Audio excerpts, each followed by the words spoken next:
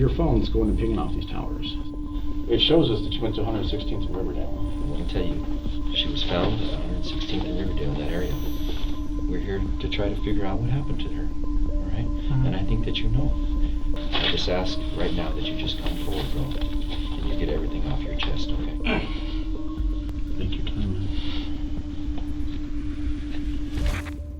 The following is the complete unedited interrogation of Joseph Lopez, conducted after 19-year-old Natalie Bollinger was found dead from a gunshot wound. Detectives discovered the two had exchanged more than 100 text messages on the morning she died. Before we get started, Joseph, I want to tell you, man, I thank you for coming here, right? Like I said, when we told you over there at your work, you know, we're just going down the list here, bro. You know what I mean? So, and unfortunately, your number was there. So, yeah, that's why we had to come in and talk to you. You're here, you're on your own free will, though, right? I never threatened you, made threats for you to come over here, right? Not at all. Okay. And you're free to leave at any time, you know that, right? Yes. But we appreciate that you're here, helping us get this, helping us square this away, okay? Okay. I just wanted to put that out there, so. Cool. I'm sorry. No, go ahead. You already get the written consent and all that? Yeah. Okay, cool. So over there, you wanted to start telling me, you said, you think you know what this is about? I didn't want to cut you off, but I had to because, number one, I was cold, bro. I didn't wear a jacket. You had a jacket on. I didn't have a jacket on. That wind was cutting right through this shirt, bro. You know what I mean? So, number two, we wanted to be in a more controlled environment. Of course, we're videotaped and whatnot, so I want to go ahead and just pick it up where you left off, bro. Alright, Okay. so what I'm thinking this is all about is someone I was talking to over on Craigslist. I was just on there, you know, looking for like pen pals. And who would that be? I don't know her name. I never asked. But Alright. what drew me to what she had posted was it was very weird. Like where I was at, it was people just looking like for others to talk to, and what she had posted was something about helping her out with like her own suicide. And I mean, it struck me as odd because that's not usually something you see every day on Craigslist, especially in that part. Huh. So I started talking to her, and I mean, she didn't give me a whole lot of details while we were talking, you know, over the phone and stuff. Yeah. So what I was thinking, because, you know, I suffer from depression, and I've tried to kill myself a few times, and I ended up in mental hospital because of it. And Wow. Fortunately, I've moved on from it. My first thought was, I really want to help this girl, but the way we were talking, she felt like to me she was adamant about getting this done.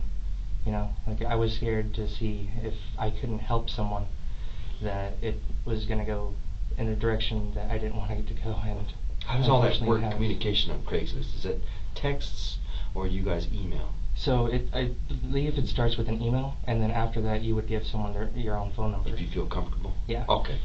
Go ahead. I did give her my phone number, and she did text me, and we started talking, and I convinced her to, you know, meet up with me. So I went to her place and I picked her up and we went for a drive. And during that drive, I wanted to learn what was going on and what was going on with her life and why she was so depressed and sad and wanting to, you know, kill herself. Because I've been there, and I mean, I've been homeless and I've been in mental hospitals twice. And, it's a road I don't want anyone else to go through. That's pretty dark, man. It's just, it hurts me now, especially since I'm a father, that anyone would think that way. Yeah. And it crushes me. But we talked, and she started telling me that her boyfriend screwed her over big time by stealing money out of one of her family members' accounts. And he also gave her, I think it was either AIDS or HIV. You guys got kind of close, huh? Yeah, I talked to her for a good 2 hours. And, you know, I try to tell her, you know, I've been through this and that, and, you know, Sure. it's not worth it, because, you know, now look at me, I'm a dad.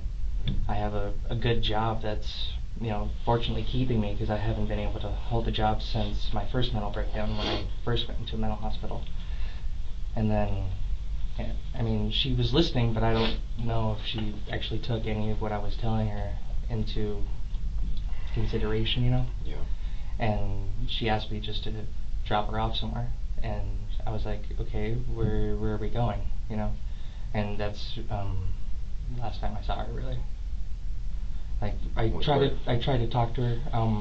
I dropped her off about was a gas station near where she lived, and I started texting her a little bit, and she talked to me for not too much long after that. But after that, she stopped talking to me completely, and it worried me because I couldn't get in contact with her. But after that, I started getting worried, like what's happening now. So I deleted that email account because I didn't want to be associated with anything else that would have happened. And that's it. But I mean, since I'm seeing you guys today, obviously what I was talking to her about obviously didn't work. So it kind of hurts me that I couldn't help someone else like someone else has helped me before. Sure. It sucks. That's what we're just trying to figure out is, one, what she's going through, everything else, and then, have you helped us kind of put together what was going on with her? So. Yeah, I mean, it made me cry when we were talking. And absolutely. It just sucks. So how did you first? You said you met her on a Craigslist. Yeah. So what were you on? You said it wasn't like normal. It was just regular Craigslist, and first off, it was that email that I had eventually deleted because weeks passed, and then a month passed, and I haven't heard from her. So I was like, this could look bad on me if something does happen, and if she did do something, and I got a family now, and I'm trying to keep my life together. I don't want to bring them into any type of situation where I could potentially get kicked out because my mother-in-law is very strict, and I want to stay with my kid, and I want to stay with my fiance. Looks like you're doing good and everything, like you said. You're kind of getting your life together. So. Yeah, especially after the rocky road I've been on. Yeah. What email were you using? It was KYOMIBU. MIBU? 0606 That's the one you deleted? Yeah. Okay. So I no longer use that one. KYOM, what's that mean? BU? It's just a anime character. Oh, really? Yeah. Japanimation kind of deal, or what? Yeah. Are you into that kind of stuff? Oh, yeah. Japanimation, okay. I used to live in Japan, did you know that? Oh. You probably didn't know that. No.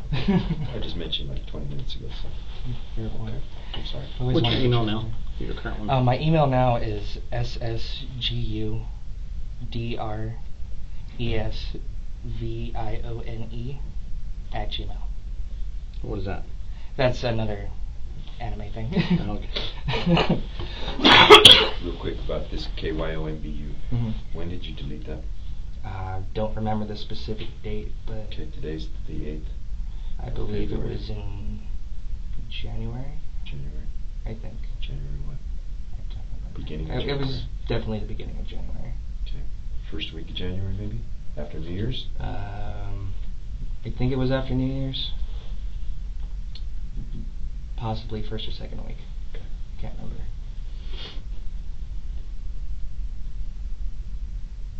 Because after that, I just wanted to put the whole thing behind me. Absolutely. But, it sucks that it turned out the way it did. So on Craigslist, you have different categories. You said you were in a category where that was just kind of really off the wall. What category were you in? It was women searching for men. Okay. And it was primarily it's just people either trying to find someone to date or just talk to. The hookup one is more in the Casual encounters. Casual encounters. I was in a different category. Okay, women for men. Yeah. Do you recall kind of what that said that got your attention? Well, the title itself just said, "I'm thinking about putting a hit on myself." I'm thinking about putting a hit on myself? I believe that's what it said. Damn. And for that type of category, it's like way out of left field. Weird. So I kind of read through what it said, and it didn't give a whole lot of information on what was going on. So what did it say? Do you remember? Just give us the summary. Not a whole lot. It just that she was thinking about it, and she was looking for it immediately. So my first thought was, okay, well, someone obviously needs help and hasn't been getting the help that they need, And being the type of person that I am, I will do anything to help someone at least stay alive. So you've been in that position before, so. Yeah, and it was because of one person who said, you know what, here's my phone, call this hotline and talk to them, see if they can't help you out. And they gave me a number to a suicide hotline. So, it helped me out a lot, and I ended up going to a mental hospital because of it and recovering my first time. And how long ago was that, your first time? 2014. And the second time? The second time, 2015, I believe. I was in Greeley at the time. And, the first time was because my roommate essentially just screwed me over. And I ended up getting into about $8,000 in debt, losing my house and my car. Because he was taking my money and using it for other stuff.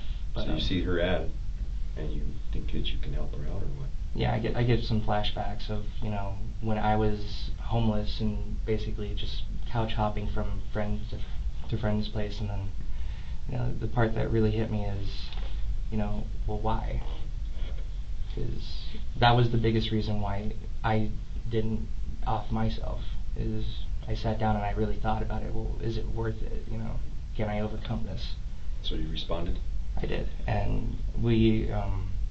I initially went in, thinking, I just want to talk to her, see what's going on, find out what exactly is happening. But I knew if the way I worded it, she wouldn't talk to me at all.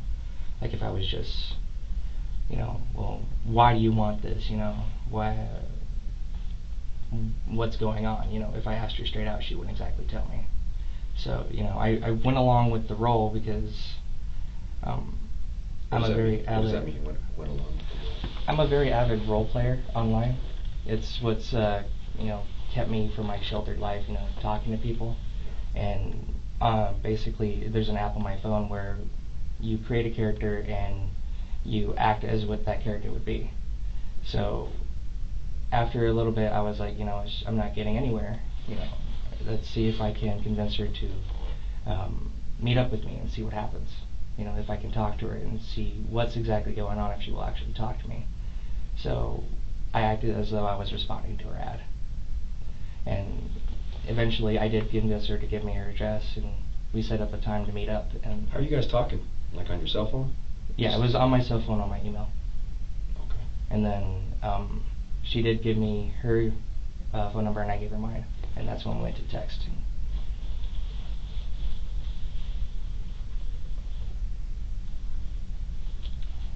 Where did she live at, or where did you pick her up at? Crap. I don't remember the specific address. She sent me it, and then I Google mapped it. Was it around here somewhere, or? No, it was pretty far. It was at least a half-hour drive from where I live. What was it towards? South, north, mountains? I think it was more mountains. I guess like going up towards Boulder-ish? Yeah. Okay. Not exactly sure though. I don't remember where. So no, it was by a highway though. A house? It was an apartment complex. An apartment. Yeah. Do you remember what that looked like? Anything like that? They weren't huge buildings. Maybe 4 floors. Something you can walk flights of stairs and reach the top floor. Not high end or anything. It was more of the like.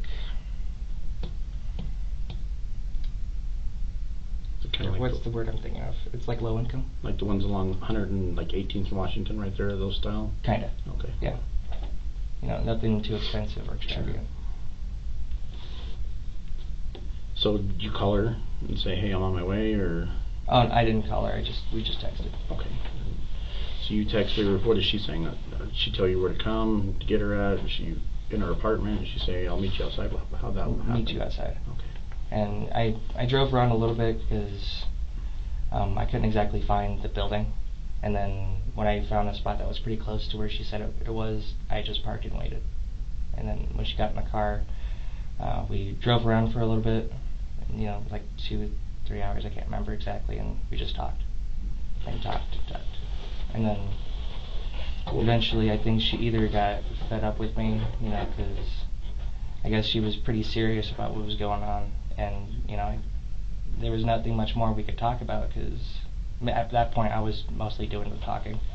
And she's like, okay, well, thank you for talking to me and stuff. Just drop me off here. And we went back in the direction where she was living, and she said, just drop me off here. Where was that at? It was some gas station over there. I can't. Do you remember what kind? Yeah, which one?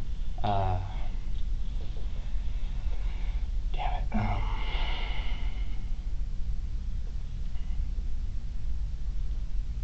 I'm thinking it was a 7-Eleven. Or it was a Sinclair. I can't remember. I just remember green. But by her house somewhere? Somewhere. Okay. So during that whole time talking, did she ever tell you her name or anything?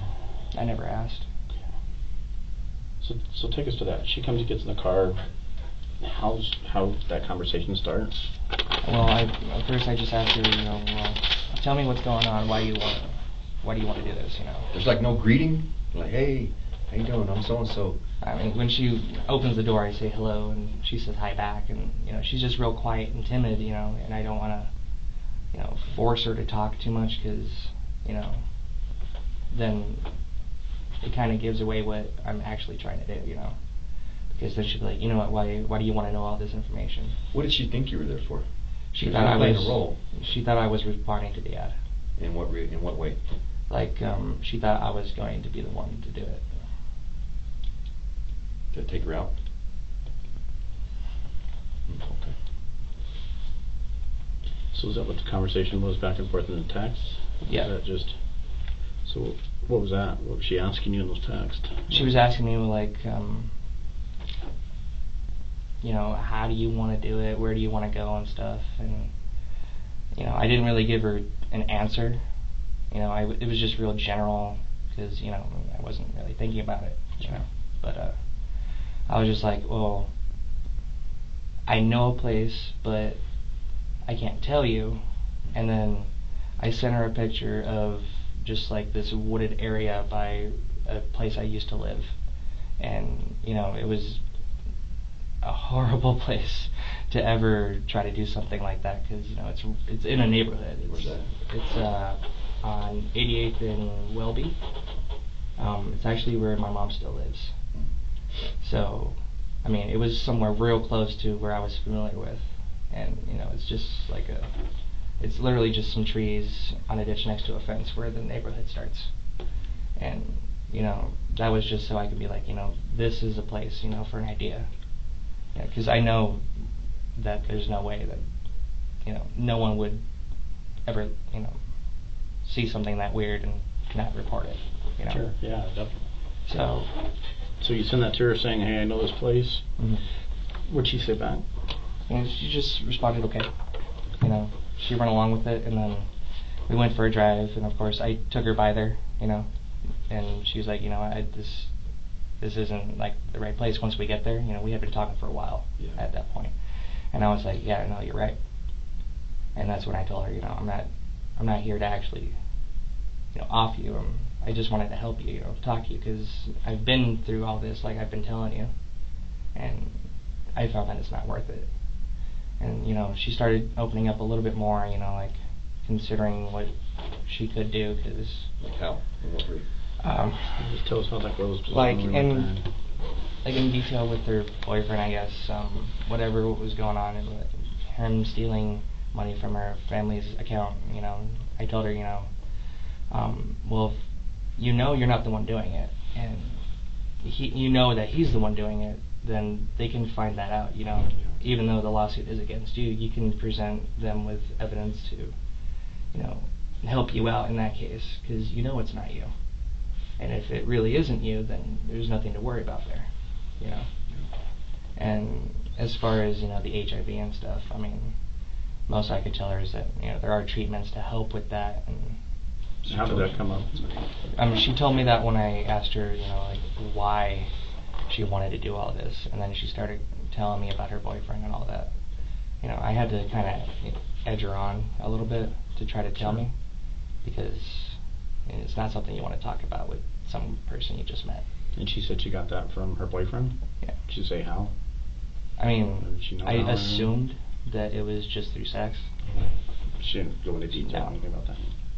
No, she didn't. But she didn't go into a whole lot of detail with how or why he was doing it or anything like that. But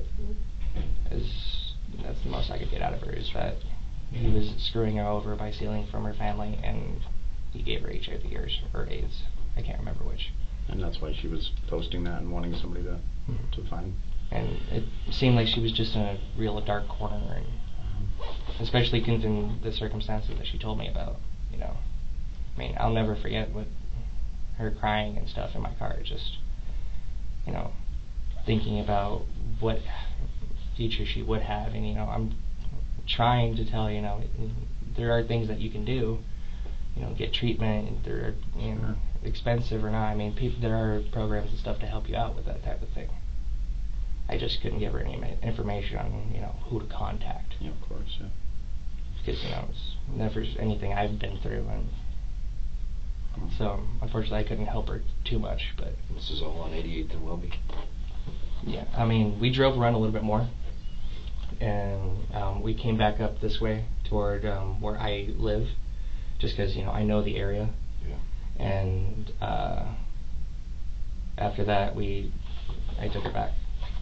But I mean, I stuck to where I actually knew where I was going. So we went by like 120th and Sheridan, and then down to 88th and Welby, and then back up here on 112th and Irma. You know, just somewhere I'm real familiar with, because I'm horrible at directions, and if I'm constantly on my phone looking at GPS, I mean, I didn't think that it would convince her on. I knew what I was doing, because I mean, I can't even remember how to get to the Kaiser building from my house, and I go there constantly. I have the GPS it every time, but I just stuck on mainly main roads. That way I knew where I was going. And then when she told me to take her back, I just put in her address again. So you took her back? Back in the same direction, yeah. And then she told me, you know, just drop me off here. All the way back to her house, you say? Down the block or something, or what? No, it was pretty close to where she was. To where when she I picked her up, yeah. Okay. I'm sorry, go ahead. No, you're good. But, I mean, that's really all that happened, I mean. So what was her plan? How was she planning on doing it? How did that come up? She wanted someone to shoot her. Really? Yeah.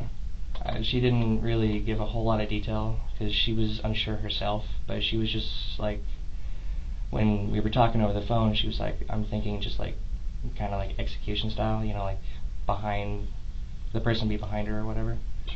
And, you know, I'm thinking, okay, well, she has put some thought into this, so it's not like she hasn't already planned this out, you know. And then when I told her that I couldn't like get a gun, she told me that she had one. Oh, but really? you know, So she had a gun? Yeah, like in her house or something. But I don't know if she had it on her or if She never showed you? No. Did she tell you what kind it was, anything like that, or rifle, pistol? I know it was a pistol, but I can't remember what type. Sure. Okay. So then she's saying, hey, I want somebody to shoot me. You guys start talking about this execution style or whatever. And then, do you own any guns? No. Okay. So then you let her know that, and then she says, I have a gun? It's like... Well, I told her that that I wouldn't be able to get one anytime soon, and that's when she brought it up. Okay. And she said she had one? Mm-hmm. But I assumed, since I've been, you know, in mental facilities twice, that I wouldn't be allowed to own a gun because of the reason I was in there, you know, for depression and attempted suicide. Sure. But, you know, I've never actually looked into it. I mean, I've looked into things like hunting, you know, back before all this happened, but after that, I just assumed I wouldn't be allowed to actually own a gun. So she basically tells you, hey, I have one. Okay. Did she say that in that conversation back and forth, you can use my gun, or... I mean, she did say that I could use it after I brought up that I couldn't get one. Okay. But, you know, I never saw it. Was she asking for anything in return? Like, hey, you know, I'll pay you $50 if you help me do this, or... She did bring it up, and she did ask, you know, like how much a hit would usually cost. And, you know, just pulling from movies I've seen and video games I've played, you know, I gave her like a bullshit number or a bullshit estimate. It was like hundreds to thousands or hundreds of thousands. I can't What did you remember. tell her? You said you gave her an estimate. I didn't give her like an actual number. I just said it could be like hundreds of dollars to thousands of dollars depending on the person. You know, because now you're still playing into this, into her, what she was wanting. Yeah, but I kept it still real playing general. into that, right? Yeah. All right. I'm just trying to get a grasp on all this, yeah. bro.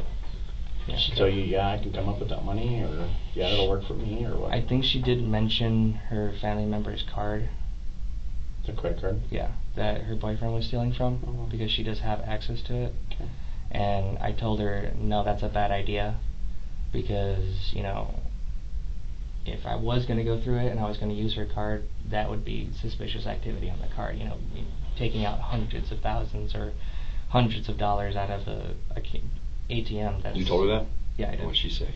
She said, oh, I mean, that makes sense. You know? Yeah. Because, I mean, if someone used my card in a place where I know I was never at, you know, because I've had my credit card stolen before, Yeah. and I had a purchase in Texas, I mean, they look into that right away. Absolutely. I was emailed almost So immediately how did after you the tell her that transaction. we can do it then? Because you're still playing into her fantasy or into her what she wants. I just told her not to worry about payment. Okay. And she was good with that? Yeah, she said, okay, I mean, I appreciate you helping me out.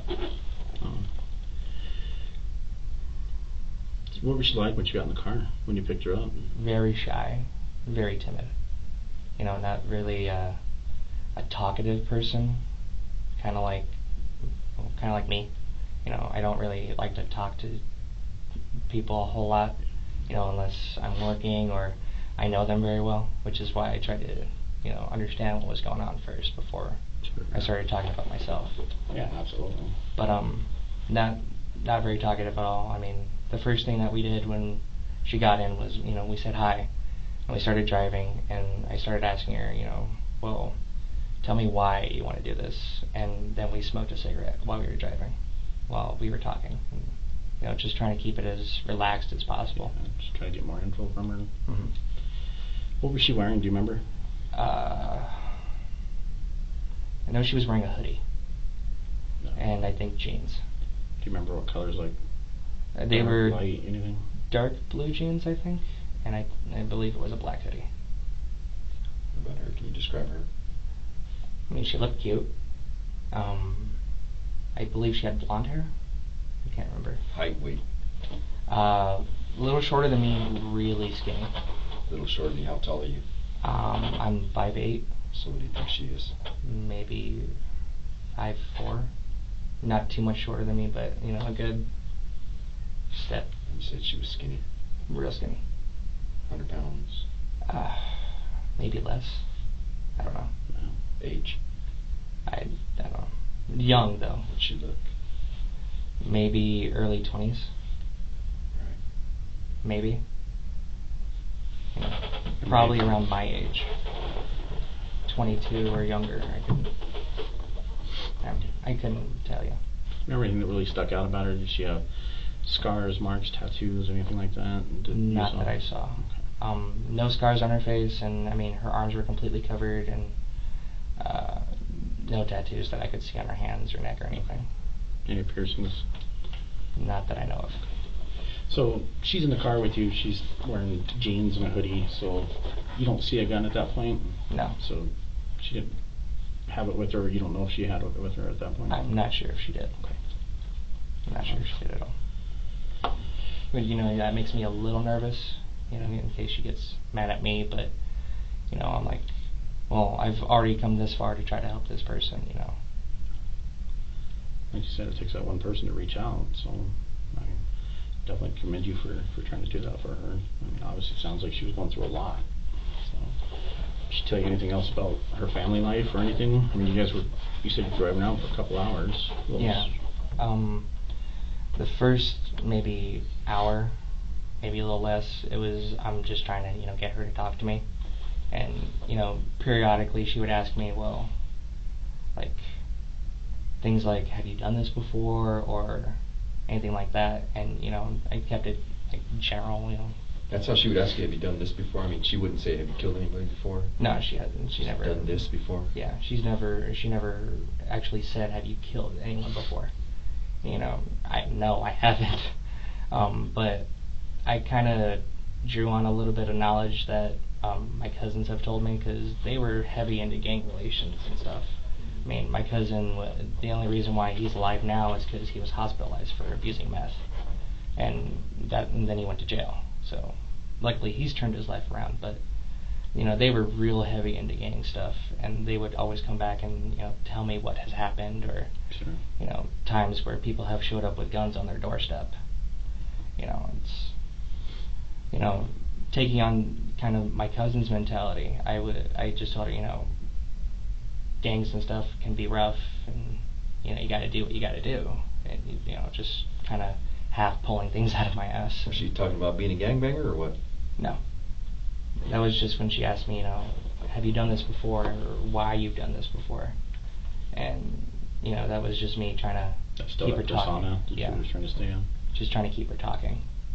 But eventually I did get her to tell me more in detail what was going on. I just can't remember anything more than her boyfriend was screwing her over, and she had AIDS or HIV. And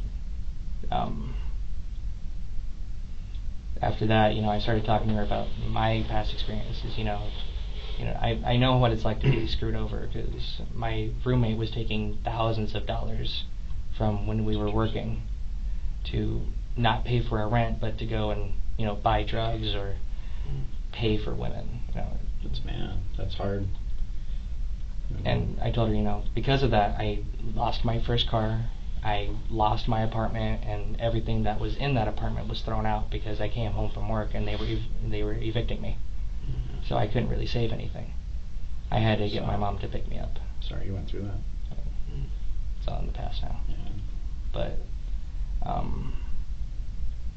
she just kind of, she asked me a lot on, well, how'd you get through it and stuff. I'm like, well, someone help me, like I'm trying to help you. And, luckily I found the right people and I got past it. And then I told her, it's not easy after that. I moved to Greeley and I was technically homeless for 3 months there as well. I finally got a job, and then one day while I was driving to a construction work, I got lost on the highway and I ran out of gas, so I started freaking out, and I ended up in the same situation, debating whether I should just walk out into traffic. I tell her it's a struggle, but once you get through it and you find a good place to be, it's worth it. Because now I'm a dad, I have a great job, and able to turn it around. Yeah, and that's what I was kind of hoping she would do.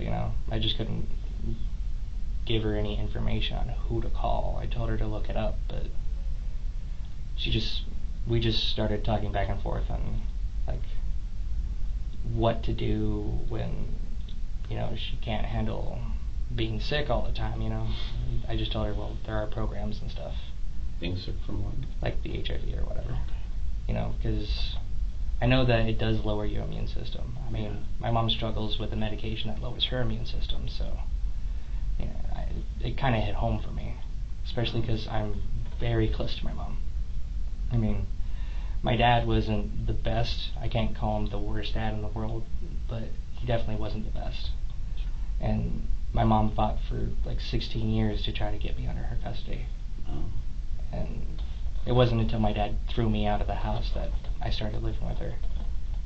And from there, my relationship with my mom kind of built, and now that she's so sick, it hurts, So I kind of told her my story on that, because essentially my mom is dying.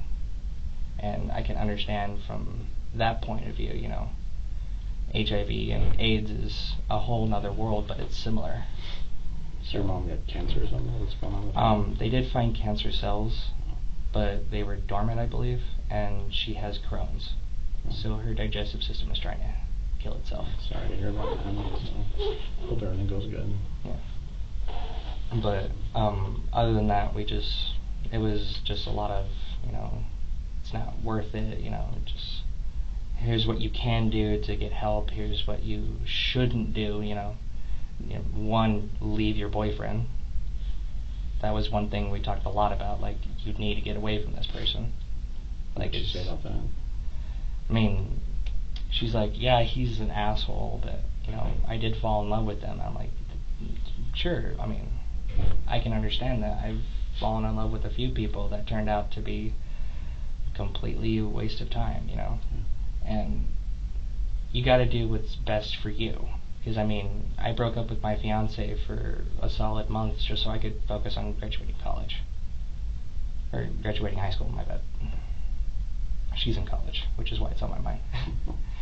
But, I mean, it's rough to leave someone that you have feelings for. But you gotta do what's best for you, and obviously he doesn't care. Which is something I really tried to drive into her, because that's what really we spent the most time on, is just getting away from people who are not with your best concern in mind. How'd you respond to that? She was in a lot of denial. A lot of denial. Like how?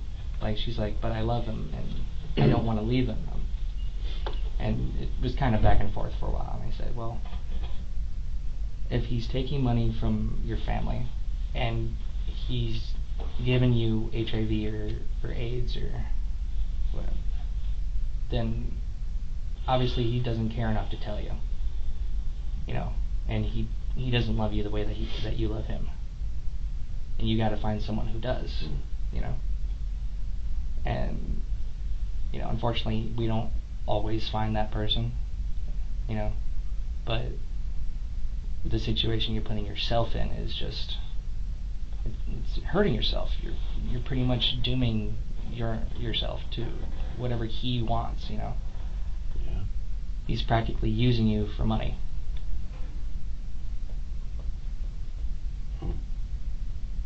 And I mean, the thing that really set that whole conversation off is I really hate womanizers, and I hate anyone who would use a woman in any way, like hit her or just use her for money, and it just pisses me off.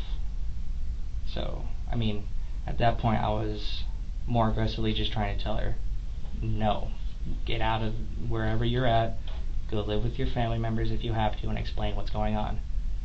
Because, I mean, if I knew who he was, I would probably have assault charges on me, because I've hit people in high school for hitting women.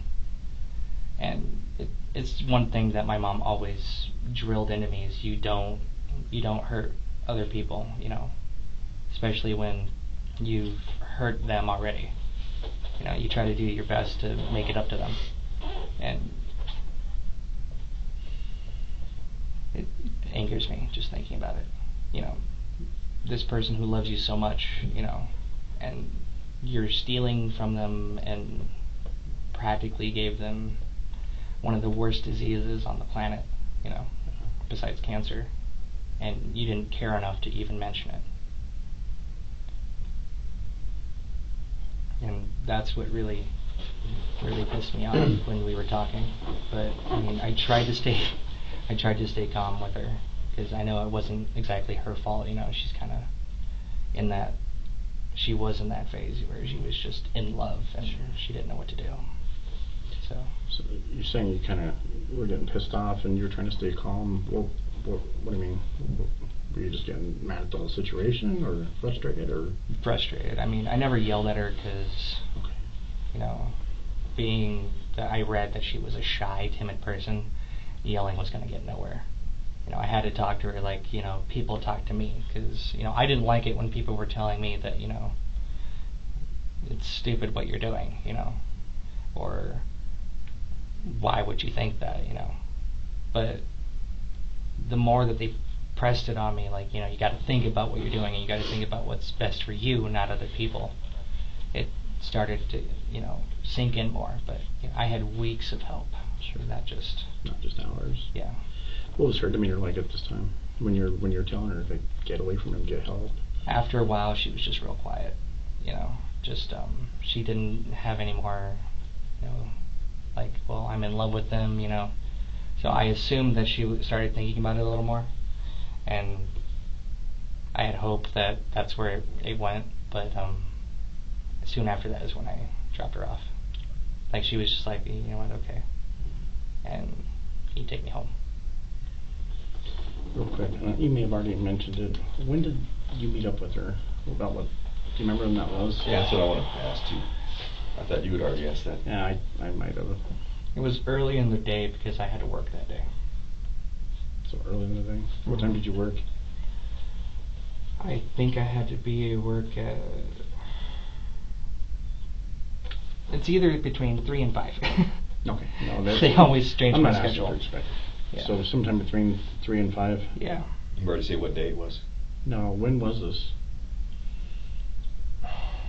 It would be on your phone, right? Yeah, it would be on my phone.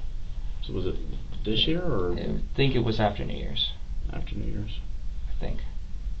I believe so. Or was it before New Year's? Christmas. There's a good mark. Christmas, was it before or after? Definitely wasn't Christmas. It was definitely after Christmas. After Christmas. Yeah, So sometime after Christmas. sometime after Christmas. Okay.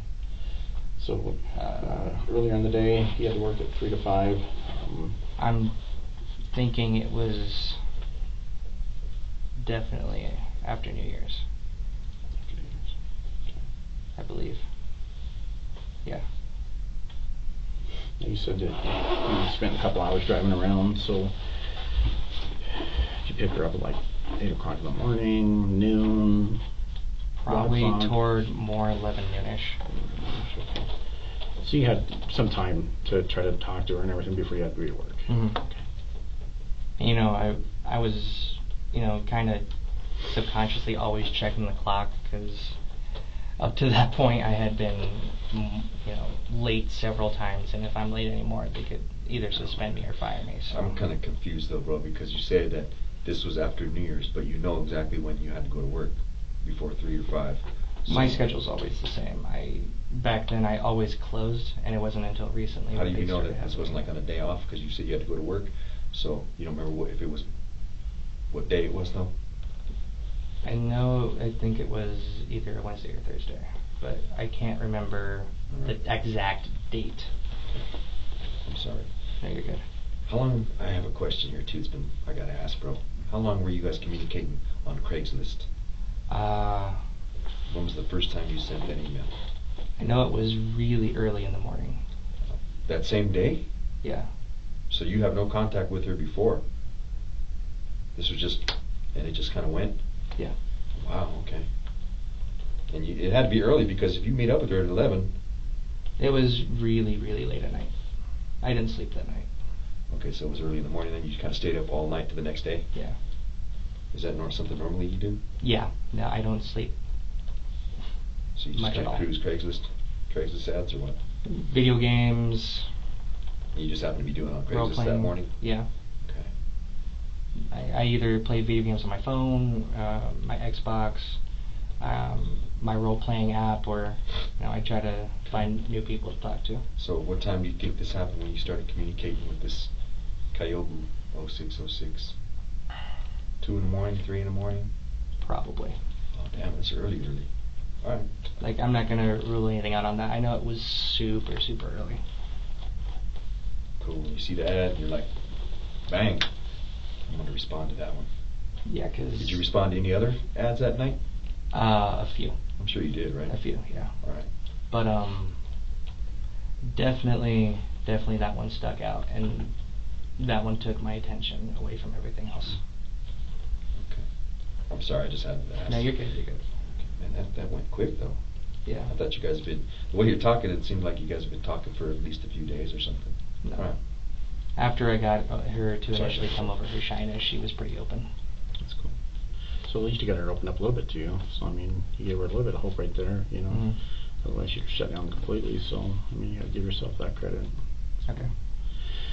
So you're saying you picked her up around 11 or 12, somewhere up towards the mountains, or on the way west, is what you said. Somewhere in that direction. You said if you work around 3 to 5. What time did you drop her off at the gas station? You just had to gas. It was at least an hour before I had to work. Okay, so you drop her off and then go home and get changed, or I mean, obviously. I was you're wearing already uniform. I was already wearing my uniform under Mhm. under my my jacket, and I just had my hat in the back. Okay. One quick question too. So you get directions. You say you're bad with directions. So you had your phone with you. Is that how you got up there? And you got Google Map or something? Yeah. And you just kind of mapped it out? Yeah. So you did have your phone on you? Yeah, I did. Okay, and then to get around back, did you have to use your phone to go back to her house or in that direction where you dropped her off? No, she just gave me directions. Cool. All right. And that's the same phone you had tonight? Yeah. All right, cool.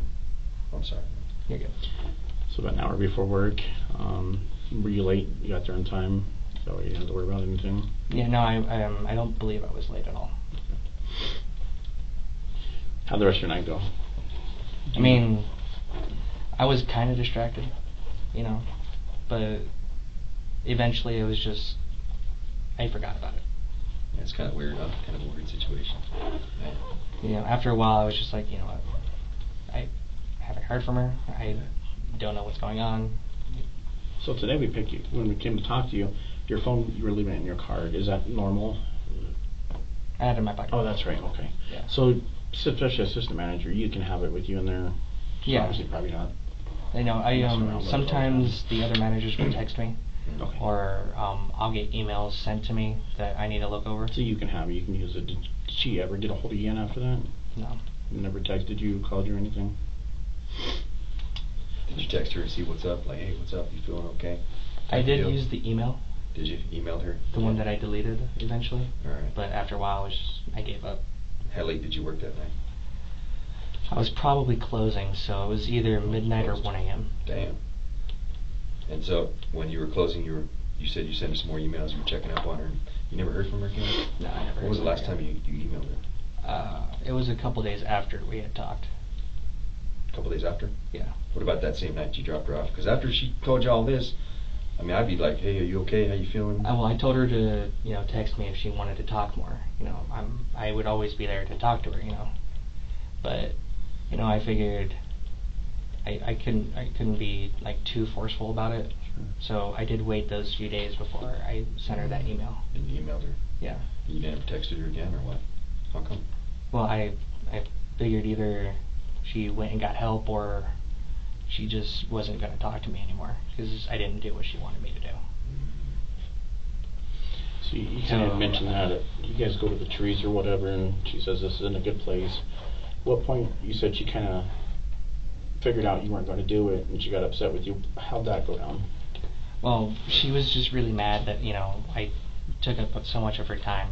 Oh. You know, and she was like, you know, I wanted this to happen. You know, I didn't want to think about it. You know, which I was like, well, good. Now you have time to think about it. That's how you guys are talking? That's how she's talking? That's how you're talking? I want this to happen? You don't just say, I thought you were going to kill me. No, You're supposed to take my life. She never said that. That's how normal people would talk, you know? No, she never said That's strange. kill or anything like that. I mean, she did mention like shooting her, you know, but she never How said. did she mention that? Let's talk about Back that. in the beginning when she got into my car, and she was, you know, trying to probe me for information, you know, if I've done it before or anything like that. She was like, Done it before? Yeah. Not, have you ever shot anybody before? No. That's kind of strange for somebody to talk. Yeah, I mean, I didn't think too much of it, but So how did you know she was talking about a gun then? If she well, never that brought was it over up? the texting. So she was texting you? Before I went to go pick her up. But that's why I assumed she had the gun on her. Ah, okay. But she never asked if I had, you know, straight out just killed people. You know, she never asked, well, have you ever killed anyone, or Yeah. if you or why you've killed anyone. She never asked that straight out. Sure. And you know, I'm trying to keep it as I general didn't as get a chance to possible. go to the bathroom before. So do you mind if we take a quick break? Do you want a water or something? Please. I'm I am gonna get a- some coffee, doggy. I am a smoker, so. Alright. Yeah, give us a minute. Guys, please took the dang trash can out of here. Yeah. We'll try to get you a smoke break here. Joseph. Don't have a water. You drink Mountain Dew? That's fine. Mountain Dew and cookies, man. I got cookies. That's about all I can do for you right now. That's fine. My stomach's rumbling. I know you got a joint too, though. So. Oh, it's all good. I really. I live on Mountain Dew, playing games all night, man. I think I have a bit of addiction to the Mountain Dew Black. What's that? The What's that black all label is more of like a berry flavor. Oh, really? It's super smooth. What about Code Red? You do Code Red? Used to. You don't do it anymore? Baja How's that? Blast.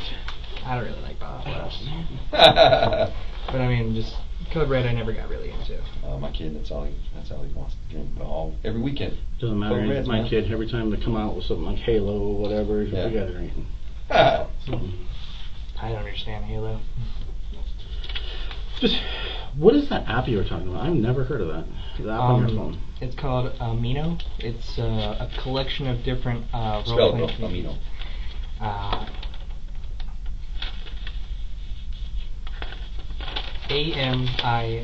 AMINO. Just like an amino acid then. Yeah, exactly. And that's a legit app? Yeah, Okay. you can get it on the Google Play Store. Okay. So what is it like? I've never heard of that. It's just a collection of different communities where people like pick a theme. Say it's like an anime or a TV show like Game of Thrones, and you can build a character and give it specific like a background history or like items, and then you join a bunch of other people and you role play essentially, like building a story. Oh, really? So you're kind of like, Game of Thrones. I've watched that. So now I want to create this person, the character, put myself in to be a Targaryen or whatever. I can do that and just create my own backstory, all that kind of stuff. Mm-hmm. How many do you have? How many personas do you have on that? Can you create more than one? Oh yeah. So you obviously have more than one. I have 12 characters. Wow. That's a lot, man. They're actually all just very similar. Most of them are named the exact same I was thing. going to ask you, how do you keep track of them? On your profile, you have a favorites bar that you can create different postings. Like if it's a thing about literature or the theme that the community is about, you can write it there. That's where I keep my characters, and the oldest one is to the right, the newest one is to the left. Oh, okay, so just by where they're at, you can keep... Yeah, and they all have different appearances, and you can add photos and stuff. What themes are you in? Are they all the same one or different ones? I'm part of one that's like a Neko thing. It's a cat person, like a full-grown human with cat ears and a tail. You can be all kinds of different animals on there, though. And then one is fairy tale based, which is an anime, just kind of like Dragon Ball Z. And then I have I know that. a Dragon Ball Z one. Part of like the Dungeons and Dragons, No, but I do play Dungeons and Dragons. Yeah. You were talking earlier about how these personas or whatever from this app that you can kind of take that on to your life, or talk about that, bro. What you were talking about. Well, like when I worked at Dish and my current job, I'm not really good at dealing with angry people or things like that. So I kind of put on a face where it's like, okay, well, no matter what you say, I'm going to be happy. And my main goal is just to keep you happy and to make you stop yelling at me. Things like that. When I was in school, I was always really shy and timid, so I wouldn't talk to a lot of people. But when they came up and talked to me, I would just suddenly open up and talk to them about whatever they were talking about. It was just kind of my way of connecting to people. So you're not good at starting it, but if I come up and just start talking about anime or whatever, then you're comfortable enough to just jump in and start talking about it. Yeah. Makes sense. Absolutely makes sense. So how does that relate to when you meet this person online? What is their screen name, anyways? What do they go by? Because you texted enough times to know. What were you calling her? It was over the email, and Yeah. the email just says Craigslist and then the posting number. But eventually you get her number, and you text. What are you calling her? I didn't.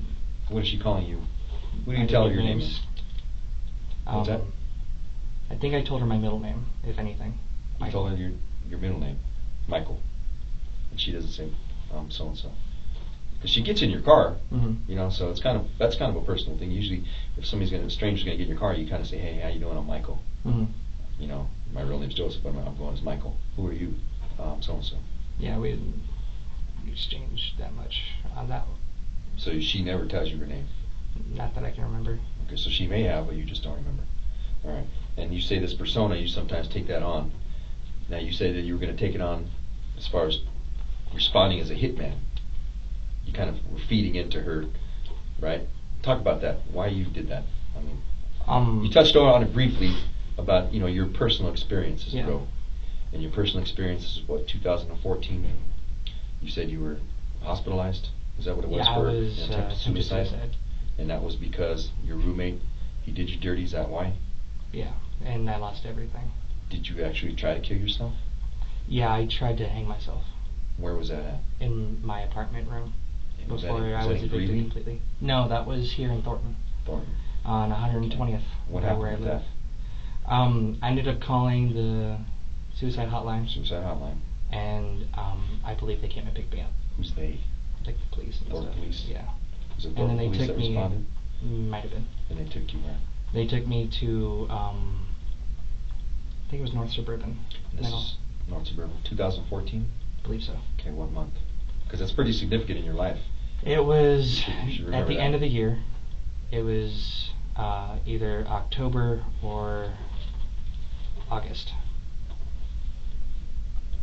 And you're pretty sure it was either one of those? Of Either one of those. 2014? Yeah, because I had just had the job for 9 months, and I Dish? started at Dish, Okay. and I started December the previous year. Okay, and you said that what set you off was the feud with your roommate. That Just losing everything. I you mean, lost everything, man. You're at your wits' end. You think nothing's going right. Nothing's gonna go right. I'm done. Yeah, because I had been working, so hard, Sure. putting in extra overtime hours just to make rent, and Yeah. I find out we're being evicted in 3 days. Okay. And so you actually put the noose around your neck, or what happens there? You just call suicide hotline and say, I'm gonna do it. How does that work? I went into my closet and I sat in the corner for a little bit, just crying my eyes out. And I'm looking around, and all I see is my belt and the hook up above. I'm too tall for it to actually work unless I literally just let my body weight down. So I pick up my phone and I call the suicide hotline. Okay. And they come, Thornton comes and they talk to you, Mhm. and they eventually take you to the hospital. I believe What happens so. at the hospital, man? How long are you there? I believe I was there on a 72-hour watch. So they kept you for the full 72, man, because you were serious about it. Mm-hmm. All right, and you talked to the mental health professionals over there, and they decided to keep you. Yeah. And then after that, my best friend from earlier in my life, he was from high school, my first year, and he came and picked me up. He lived in Greeley at the time, and he took me up there, and I stayed in a hotel with them for about a week. Okay. And then, I went back down here, and I went back to my mom's, and she was pissed at me. For that. Yeah, she was upset that because I didn't talk to her, and she could have helped me and stuff, because Okay. she suffers depression as well. Sure. So she was just real upset, and I ended up either leaving or losing my job at Dish. I'm not sure what they decided to put it down as, but Over this incident here? yeah, I basically told them I'm not coming back until I figure out what's going on. Sure. You And- gotta you gotta heal yourself. Sooner or later, they terminated me, I believe. I just never went back. So you were never actually like inpatient, like admitted into like a mental health facility other than the 72 hours? Yeah. So you never went to Fort Logan or anything like that, or? No. All right. And then in Greeley, they did take me to a mental facility that was specifically for that, and I can't remember how long I stayed there. Let's talk about dates. When was this? In Greeley? I believe it was 2015. Okay. And what happened with that one? That one, I moved down to live with my best friend in Greeley, and mainly because I was looking for work. Same guy from before? Yeah. All right. And What's his name? His name is Garrett. You got a phone number for Garrett? Yeah, not that I can remember. Is it in your phone? Should be in my phone, yeah. All right. What's his last name? Fedgerson. How do you spell I that? don't know. Fedisham? This is your best friend from a long time ago, though, right? Yeah. You should know how to spell it. Garrett what? I believe it's Fergusen. G-U-S-E. Ferguson? I think so. How did you pronounce it? Fredison. Fredison. I always mispronounce it. Ferguson to me. That's an easy one, dude. Yeah, be thinking it's something, I don't know, what the heck you got me. I'm Yeah, sorry. it's all good. Okay. All right. I usually just call him G or Gare. Okay. What happens? Really? So in Greeley, I work at Taco Bell for a little bit, and then they end up firing me. And then I started looking around, and there's this like workforce thing near where he lives. It's like literally down the block. So I apply there, and they tell me, okay, so come back this day. We'll set you up with all the equipment that you'll need, and then we'll send you out to a place. Yeah. So they send me out. Garrett's nice enough to let me use his car because I didn't have one at the time. Yeah. At least my plates weren't up to date. And I start heading out, and I get lost. And my phone dies, and I don't have a charger in the car. So I ended up just getting lost in the middle of cornfields and farmland, and I have no idea which direction I'm going in. So eventually I'm able to flag down someone, and they give me a direction back to where he lives. And it's like 10 miles in the opposite direction where I was heading. And while I'm heading back, I run out of gas about 5 miles out, and I just start freaking out. Damn. Because if I don't have my phone, I can't call anyone, and that makes me nervous by itself. Yeah. And on top of that, I'm in a place that I have no idea, what direction is what, and I freaked out. And eventually, I was able to get someone to call 911 for me. Was that just somebody, or some random person, or what? Yeah, just they stopped because they saw me, trying to push this big old SUV, and Oh wow, you were trying to push it, huh? yeah, I was trying to push it. How was that working out for you? Not very well. It wasn't, was it? No. Okay. No, not at all. It hurt after that, actually. But they started talking to me, and I'm freaking out. I'm not really hearing what they're saying, and I guess I was like saying I'm just gonna run out into the street, and then they called 911 for me. The people did? You were just completely overwhelmed. I was freaking out. Sure. Out in the middle of nowhere. So what happens with that? They come and they evaluate me there, and then They? the police and the first emergency responders. Greeley police? Yeah. All right. Yeah. Sorry. That's all right. But yeah, the Greeley police show up and they evaluate me, and then at that point I'm starting to calm down because I'm like, okay, well now I'll get help, Yeah. And one of the cops, he was like, well, did you say you were going to run out into the road, into traffic? And I was like, yes. And he's like, okay, take him to the hospital. Sure. You've already been down that road, so you kind of already know what to expect, right? Yeah. Okay. So they took me to a hospital in Greeley, and then from there they transferred me to the mental facility. I can't remember which one though. All right, so they take you to the hospital. How long are you in the hospital? At least a few hours. All right, and then from there you talk to a mental health professional, and they said, we should probably take him somewhere else. Is that how that goes down? Yeah, they talked to me, and then they decided that they were going to send me to another facility that was specifically for that, recovery. I don't remember what it was called though. It was strictly for suicide though, right? Suicidal people. For you anyway. Mentally ill and suicide. Suicide. Yeah. Like they had different wings, but. But you went there specifically for your suicidal feelings and thoughts. Yeah. That day. How long were you there? I believe I was there for a week.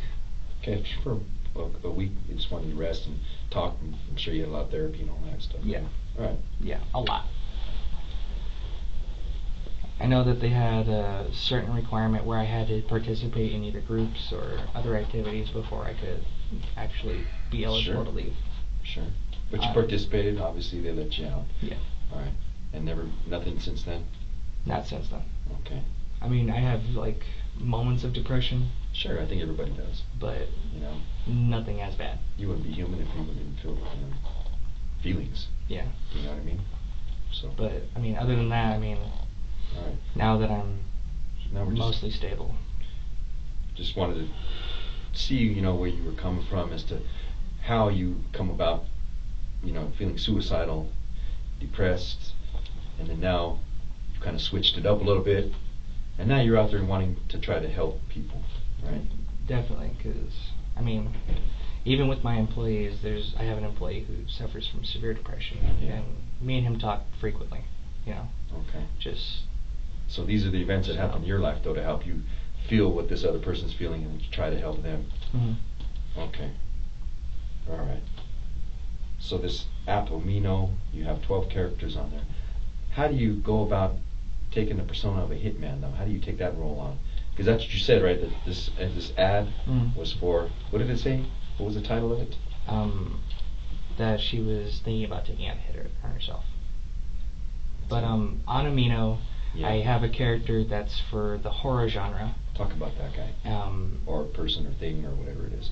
Okay, so that character, I built him to be, you know, just extremely charismatic, but because of the role play that I was going to play in, Yeah. He's also just a psycho. You know, like he'll lure you in, and that's Bam. Yeah. All right. But I haven't really used him. We did like the one role play, and then they were like, you know, this isn't really that fun. What's the name of his character? His name is Aki, A-K-I. A-K-I? Yeah. All right. So that kind of helps you. You say you take on the role of Aki. Yeah, for this? and you know, I'm really big into like literature, and the horror genre does fascinate me a little bit because I mean, I've written stories, you know, about love stories, action fictions, you know, just short stories that that you know you write in school, and then one of my final assignments in school was more of a tragedy, and it was all about a warrior whose wife was kidnapped, and he's constantly fighting to get her back, but feet away from her while he's fighting, he dies. And you know, that was the one piece where my teacher was like, you should go into writing. And you know, I was avid after that, but then you know, once I couldn't get into college, and it kind of fell to the wayside. Sure. So it really fascinates me as a writer, but I haven't really had the chance to explore because my last year in high school, I was, you know, writing down a rough draft for something I wanted to experiment on, Yeah. and I left it in class and ended up getting me in trouble because they thought that I was actually going to hurt someone. Oh, that's interesting, man. What was that? Yeah. Talk about that. At Adams City High School, I had this little journal where I could either write what was going on with my life and stuff, or I would mainly use it just for rough drafts for poems and stuff. And I was like, I want to try something different. So because I was really frustrated with what was going on and how I was living with my grandparents, but my mom and dad were supposed to move to the mountains, and they ended up not doing that, so I was living with my grandparents just because they couldn't move. So I was like, well, now I've moved, and I'm not necessarily where I want to be. My relationship with my girlfriend's not going the way that I want it to go, and I'm struggling in school. So instead of, you know, playing video games or whatnot, I decided to write, and that kind of horror genre was where I was like, oh, you know, I wanted to experiment with this already, and I started writing. And the point of view that I was going for is, you know, if someone was keeping a journal on what they were doing, that's what the reader would be reading. And that's what got me in trouble. What grade was this? It was 12th grade, my senior year. You don't have to tell me the whole story, but give me, like, you know, the good parts about what this whole story was about. What would make you get in trouble? Well, it was basically like a journal entry, like Dear Diary. I've been stalking this person for this long, and these are what my plans for that person is. I can't remember exactly what it said, but you're not going to get in trouble for just these are my plans. What kind of plans? It was like kidnapping and then eventually, you know, murder after torture, just because this person was supposed to be extremely psychotic. But who found it? My teacher, that I left that notebook in her classroom, and then they had me talk to the school psychiatrist. What was your teacher's name? I couldn't tell you. What year did you graduate? Or your graduating class was when? 2013. Wow, 2013, huh? All right. Yeah. Shoot, that makes me feel old. Only 22. All right, so then we have that incident in high school, and then we have these two. So you got a lot of stuff, and you like to express yourself through writing. Absolutely. Obviously, you're creative, and you like to do that. All right.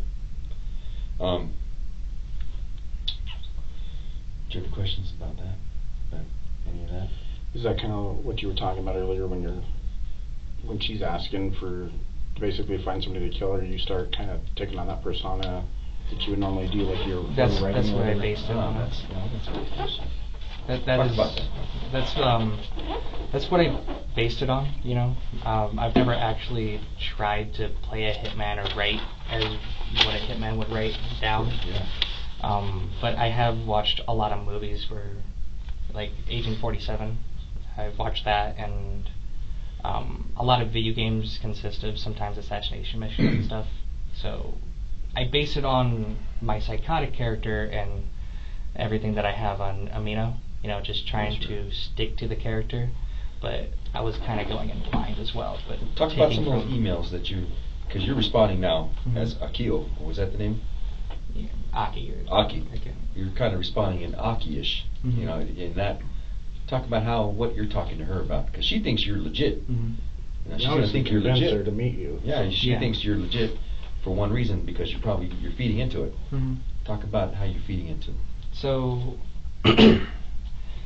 I mainly ask her what her plan would be, and how she wanted it to go. You keep saying it. How she wanted it to go.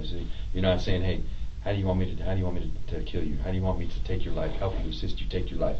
You're not saying like that. You're just it. No, I never said, well, how do you want to die or anything like that. How do you want to die? Yeah, no, I never did anything, or I never typed anything like that. No, I kept it kind of general because it does make me feel uncomfortable. But at the same time, I was like, I gotta say something. You gotta say something, otherwise she's not gonna respond to you. She's gonna be like, what?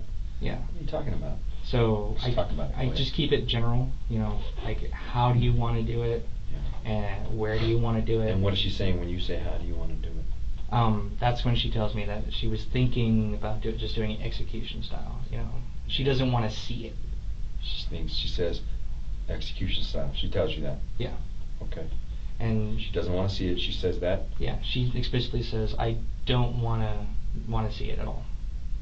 Like she wants it to go super quick. Okay.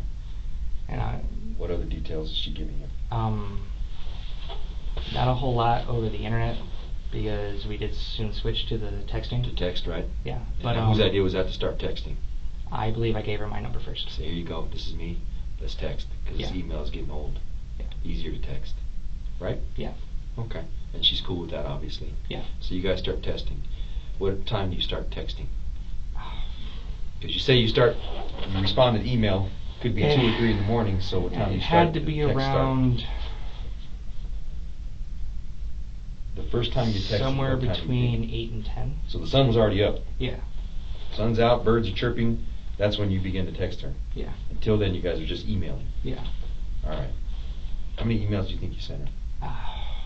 Maybe a dozen to 20. From 2 to 8 in the morning, within 6 hours? Yeah, I didn't check my phone that adamantly. But you think it's about 20? Yeah. At the high range. Give or take? Yeah. A few.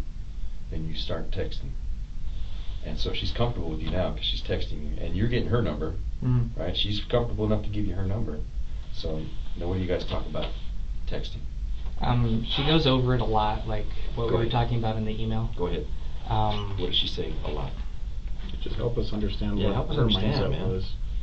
She was just really adamant on having a set plan on how everything was going, and then that's when she brought up, like, do you know any place that we could go?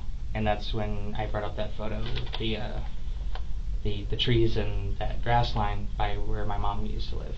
And you're sure that's 88th and Welby? Yeah, it's like 88th and Welby. It's kind of a side road. So you go down 88th and you turn on Welby. Okay. And then you turn left, and that is the street. So we're going south on Welby now, or from 88th, or what are we doing? Do you know where Riverdale Farms is? Sure. Yeah, the mobile home? Yeah, on Steel Place. Steel, yeah. Yeah. Okay. It's the corner.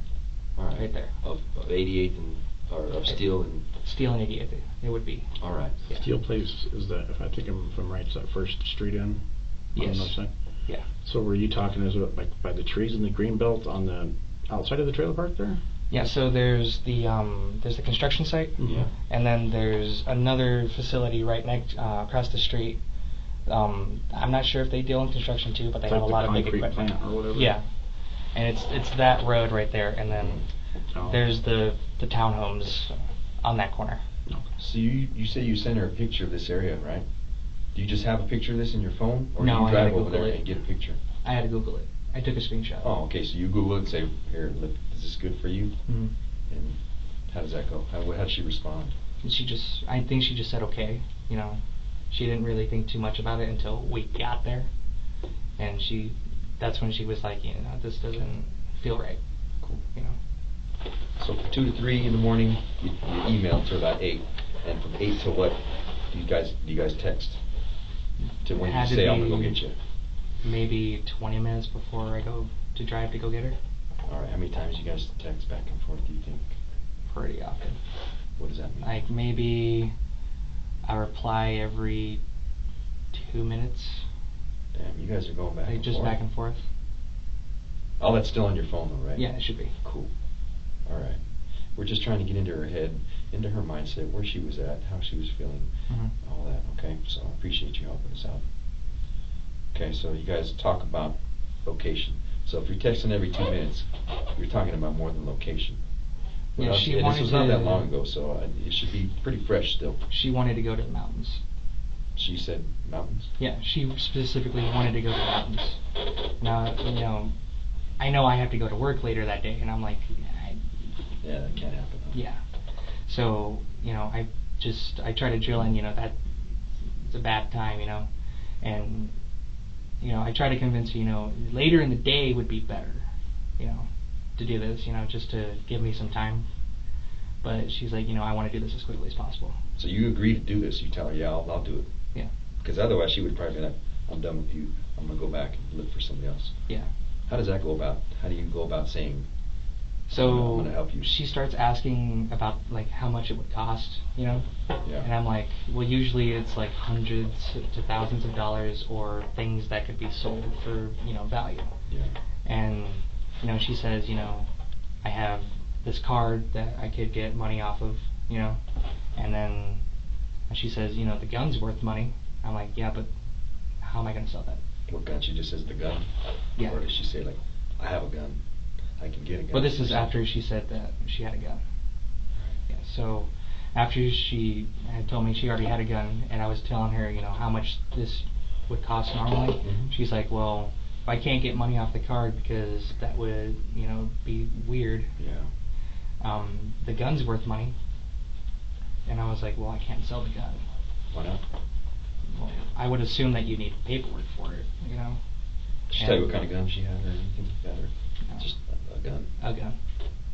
Like she said, well, I have a gun that you can use, you know, because I told her I couldn't get one. But as far as type, I don't remember if she said it at all. Okay. So you guys keep going back and forth, until 20 minutes before it's time to go get her. And then I ask her, okay, well, where do you want me to pick you up at? And she gives me her address. I think I tell her, you know, how long it'll take me to get there, and then I just head out. Are you coming from home? Yeah, from my house. From Franklin? Yeah. I got a question though. I mean, excuse me, my stomach gets hungry. You got a girlfriend or a wife? Fiance. Fiance. 6-month-old baby, right? How do you get away to go, what do you tell her, your girlfriend or your fiance? She didn't ask.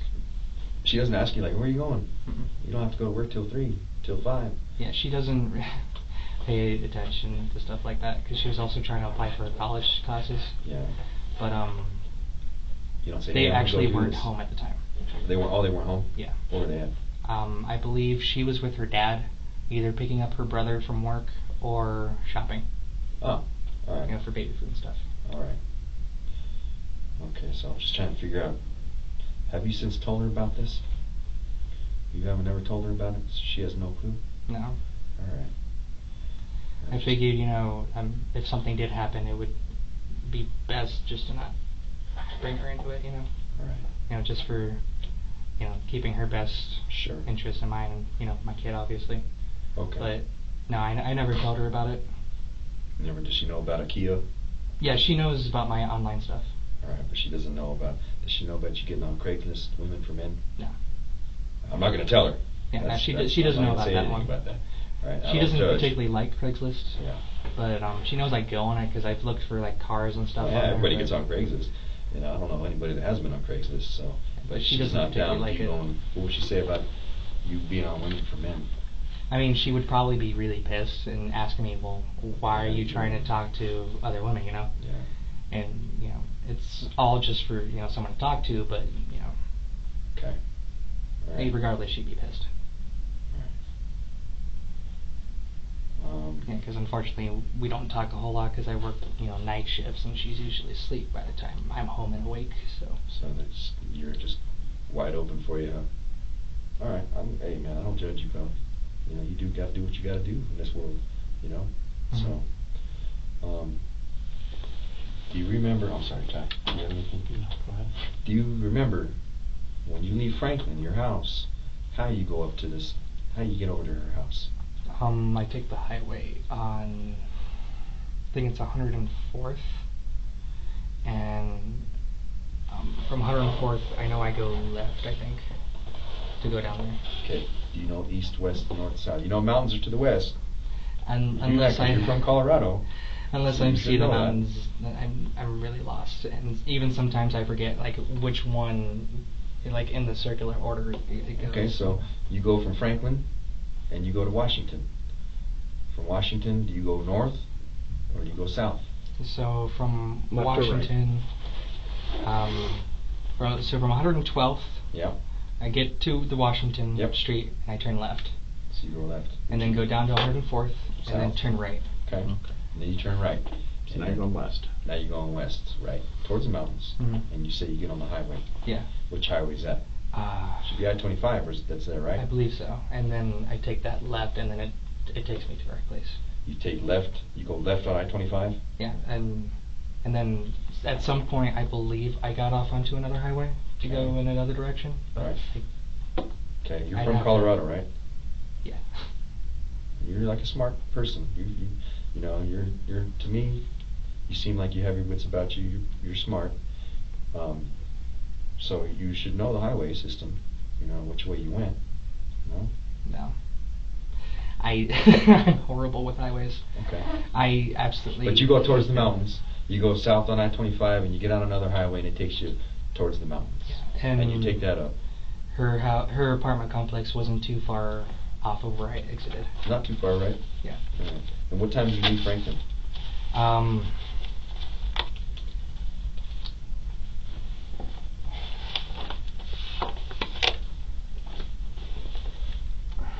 You said It earlier. had to be around that time frame, 11 to noon. I can't remember. 11 which. noon. Is that what time you leave? Because it doesn't take you long to get there, right? No, it was maybe the GPS maybe said like 24 minutes. 24 minutes. All right. And then you pull up to her house, her apartment. Mhm. She comes out wearing her hoodie and her dark jeans. And you say she's young. She looks younger, 20s. She's Yeah. a little shorter than you. It actually surprised me how young Skinny. she looked. Like she was really, really young. Really, really young, huh? Yeah. If not my age, then younger. Younger. Okay. So were you expecting somebody different? Some old person, or? Well, I was expecting someone, a little older. Yeah. You know. I was going to say, I mean, does she text a picture of you ever? Like, hey, this is me? I did ask her once, but she said she had changed her hair color since then. So, I went in, thinking, okay, she looks young in this photo, but I don't know how long ago this photo was. Yeah. What color was the hair in that photo? I think she had like highlights, like purple highlights or something. So colored hair. Yeah. All right. And then she says, well, I changed it since then. So. Yeah. So you kind of knew what you were looking for. Yeah, but I mean, I didn't think that she would look that young when she got there. When you pull up, I what do you got there. say? Well, I just told her, hi when she got into the car. No, I mean, like, what goes through your mind when you see her? Like, damn, youngster. Yeah, it's like, oh my God, she's so little, It's a little petite thing, huh? Yeah, it's like, what could be going on that drives her this far? Sure. Because I know when I was going through all that stuff and I was younger, because I was maybe like 19 at the time, they were like, you got your whole life ahead of you. You've only been in this world for 19 years and you've been out of school for only about a year and a half. You got to stick at it. You can't just give up. So that's kind of what goes through my head. Is just well, you have so much more to live for. I mean, just because a few setbacks happen doesn't mean that it's the end of the world. Did you guys? She already text you about her setbacks and all that, or is that what you guys talked about in the car? She told me in the car. Okay. So she jumps in the car. You guys shake hands or anything? No, we Who's in the car with you? It's just me and her. Just you two, the whole time? Yeah. All right. But Nobody else with her? no, there was no one else with her. She did tell me that her boyfriend was at work at the time. Have you stopped picking anybody up? You didn't pick any of your friends up and anything, so just you and her the whole time in the car? Yeah. But you know, we talk a little bit, and then that's when she asked me if I had a cigarette because I was smoking one already. Yeah. You know, just trying to, you know, not lose my nerve. You know, because I'm there to try to find out what's going on, and if I start shaking and stuff, you know, she's not gonna believe. Were you driving your Nissan? Yeah. All right. So then she gets in. You guys start making small talk. She sit in the front, or does she go in the She's back? visiting my passenger seat. Yeah. Passenger seat. All right. And then you just take off from there, or do you... Yeah, we just start driving around. Where? I start heading toward 112th and Franklin, just so I'm in an area that I know. So you start going back Yeah. to where you are familiar with. Exactly. All right. That way I don't get lost or anything, because the last thing I needed was to get lost. Yeah, true that. Because you're pretty bad with directions, man. Terrible. So I mainly just drive around the 88th area down to 120th. You know, as the farthest I go is Sheridan, and then I think Colorado Boulevard. On You 88th. do go to Colorado Boulevard? A little bit, yeah. All right. And that's just from 88th up to 120th, and then back around to where I live, almost. Which route do you take? Like, we're on 120th from Colorado. Okay, you're on 120th from Colorado. And then what are you doing? It's a left toward Irma in Washington. Okay. And that's generally where I live, is between 120th in Colorado and 120th in Washington. More toward Washington, but... And are you just driving around? Mm-hmm. Just kind of aimlessly, or what? Well, I'm like planning where to turn next, because I don't know how far I want to go, but I don't want to go too far. Yeah. So we kind of do like a zigzag in between the main roads. Like, I'll go on Washington, head down 104th, maybe turn on Federal, then go back up down 120th for a little bit till Sheridan. And what are you guys looking for? A place to where she wants to die? Yeah, that's what she was looking for, you know. I mean, she asked me, like, is this a good place? Is this a good place? And I'm, like, pointing out, like, well, there's apartment buildings right there and stuff, you know, just trying to... So, well, there's apartment buildings there. You can't go there because of the apartments? Why? Yeah, just because, you know, someone might see you or something. Someone might see. Just trying to kind of talk my way out of it. Do you ever take her to a place where you say, okay, this would be a good place here? No? No, the only place that I show her is that corner street on 88th. So you guys do go there, and then, all right. At that point, she says, this isn't a good place. You say, yeah, I agree. Mm-hmm. You start looking for another place at that point? Yeah, we went down Steel a little bit because there is that park. Steel Street Park. Yeah, and we walk around a little bit, and I was like, you know, it's the middle of the day. Oh, you guys get out of your car? Yeah. It's the middle of the day, and, you know, there was a, like, I don't know if he was building construction or something for that light rail that they were doing, but yeah. There was a truck there with someone working. I was like, you know, this is a bad place too. Yeah. You know, let's just go in the car and drive more. All right. And then we just keep driving until, you know, we start talking about, you know, what I'm actually there for, you know, trying to help her out instead, you know, and figure out what's going on with her life, because, you know, I've been through this, been through that, and then that's before she asked me to drop her back home. All right. And I figured, you know, since it's close to where she is, and I think she's starting to think about it more, like I've reached her a little bit. I mean, it wasn't that too far of a walk from where she lived. Well, you're out walking in the park. What's the weather like? It was sunny. It was Maybe sunny. a little windy. All right, so it wasn't freezing. No. It wasn't cold. What were you wearing? My jacket that I have. This one here? Yeah. What else were you wearing? Stuff. You were wearing your uniform because you were going to go to work after that, right? Mm-hmm. I just had the zipper up so she couldn't see my Domino's thing. How come? You don't want her to know you worked there, or what? No. You don't want to get too... Because if she saw the Domino's logo on a Hitman, I mean... And you're the hitman, Yeah. right? Okay. It would. I don't think she would be as open with me if she found out too soon. Yeah. All right. Fair enough. So you got it zipped up all the way up, and what is she calling you though? She doesn't say my name. She doesn't even call you like not Michael, because you told her Michael. Your name was Michael. Yeah, she doesn't use my name at all. Damn. That's crazy. I mean, you guys are in the car together. Man, this got to be intense inside the car, man. I mean, You're looking for a place. I was nervous. In her mind, you guys are looking for a place so she can take her life, and you can help her take her life. I know in your mind you're trying to, think of a way where you can kind of help her out, but what's the conversation like in the car? I mean, you could tell she was, really nervous, and in my head I'm like, okay, she should be nervous. This is a big deal. Yeah, if you're gonna, help her take her life, holy cow. I'm constantly asking her, are you okay? Are you nervous at all? Talk to me. Yeah, what's Let me her know what's demeanor? going on. And she's like, I am scared, and I just don't know what to do, and I mean, it's understandable. Sure. Because I couldn't imagine what She was dead set to go through with it, right? Did she talk about how we're going to do this? Other than that had to have just, come up. How are we going to do this? Other Because than we're looking just for a asking place. To shoot her, I mean. Shoot her. Yeah. Other than just asking, just to shoot her, not show her the gun, Yeah. And, she brought up a few times, I want to do it, execution style, So I don't see anything, and it's super quick, Okay.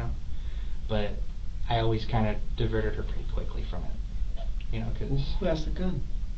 I believe it was in her purse, It was in her purse, right? Okay. but I never saw it. You never saw it? What kind of purse did she have? It was black with Like, some type of design on it. It wasn't like leather or anything, it was just cloth. Shoot, you want those cookies right there. So like a bigger purse or like It was Smaller kind of one? like a satchel. My best description for Yeah, it. man. Don't be shy. they're I like good. chocolate. They're nice and soft. You sound like my dad. I don't like chocolate. I don't like chocolate either, but I like the shit out of a cookie. Well, I love chocolate, so But I'm sorry. Go ahead. it was a bigger bag. No leather or anything, no zippers that I can remember, but it was all cloth. So you think that's where she had the gun? Was in the purse? Yeah, because it was a pretty decent sized purse. Did she ever say it was in there? She probably told you that, right? She hinted at it, but she didn't Yeah. say, I have the gun. How'd she hint? She like it pat it. It's right here, or I mean, she held it in her lap like this, Mhm. and she was kind of like playing with her purse a lot. So I just assumed that she had it with her. Because previously I told her, I couldn't get one, sure. and she said that, I have one, and you can use it. So I just assumed she brought it with her. But you say you never saw it.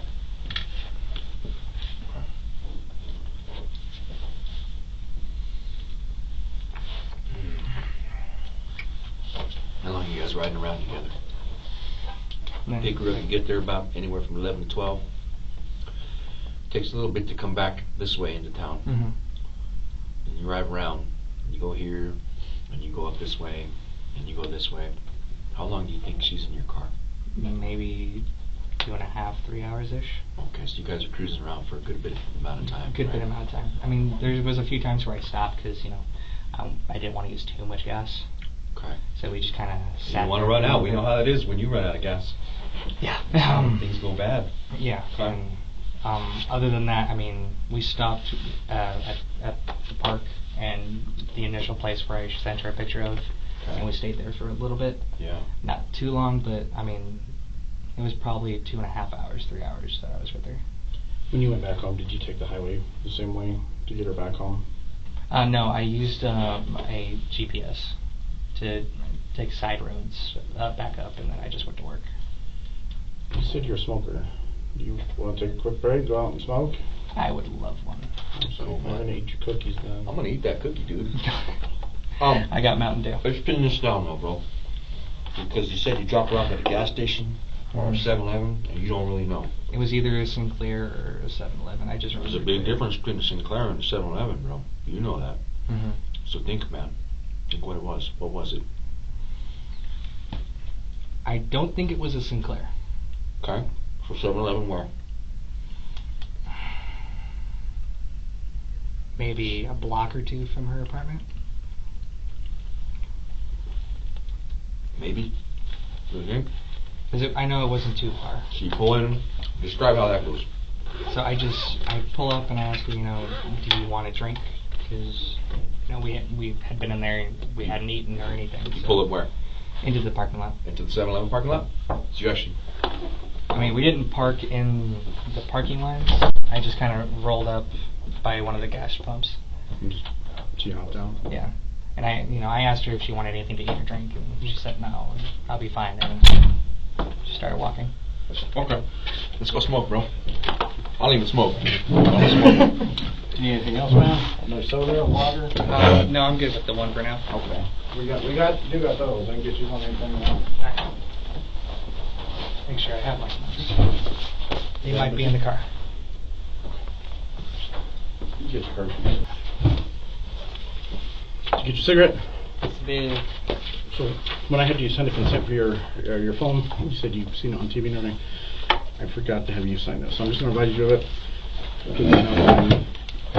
So this is personal information up here. Go take my pen. Okay. This is your rights. Do you read, write, and understand English? Yes or no? I'm pretty sure. That's good. Do you read, write, and understand Spanish? No. Right, no. You can read upside down, my friend. Nothing bad. I can. I can't. Before I ask you any questions, you should understand your rights. You have the right to remain silent. Anything you say can be used against you in court. If you're initial right next to it. You have the right to talk to an attorney for advice before I ask you any questions, and to have an attorney with you during questioning. If you cannot afford an attorney, one will be provided for you before any questioning. These rights are continuing rights, and you may choose to exercise them at any time. Okay. And do you understand each of your rights? Yes. And if you go ahead and sign there, and I'll put this part here. And again, we appreciate you coming in and talking to us and everything. Okay. Having read the statement of rights, I understand what my rights are. I'm willing to answer questions and discuss the facts without an attorney present. I understand and know what I'm doing. No promises and no threats have been made to gain my cooperation. Again, like you said, you've seen it on TV a million times. And today's the 8th. You can put the date. Let's go ahead and use 6:40 as the time. Oh wow, 6:40, huh? Yeah. Well, yeah, I totally spaced that out. Alright, where did you leave off? I believe we were talking about a little bit what was going on in Carmore. Yeah, I think we were talking about... Where you dropped her off at the gas station. Yeah. Yeah, gas station. Right. 7-Eleven though, right? I believe it was, yes. Okay. And what were you get? Because I was kind of in and out of the room. What were you guys talking about? Somebody was hungry. She was hungry or something, or? Well, I asked her if she wanted me to get her anything to drink or something to eat before I just left. And this is by her house. Yeah.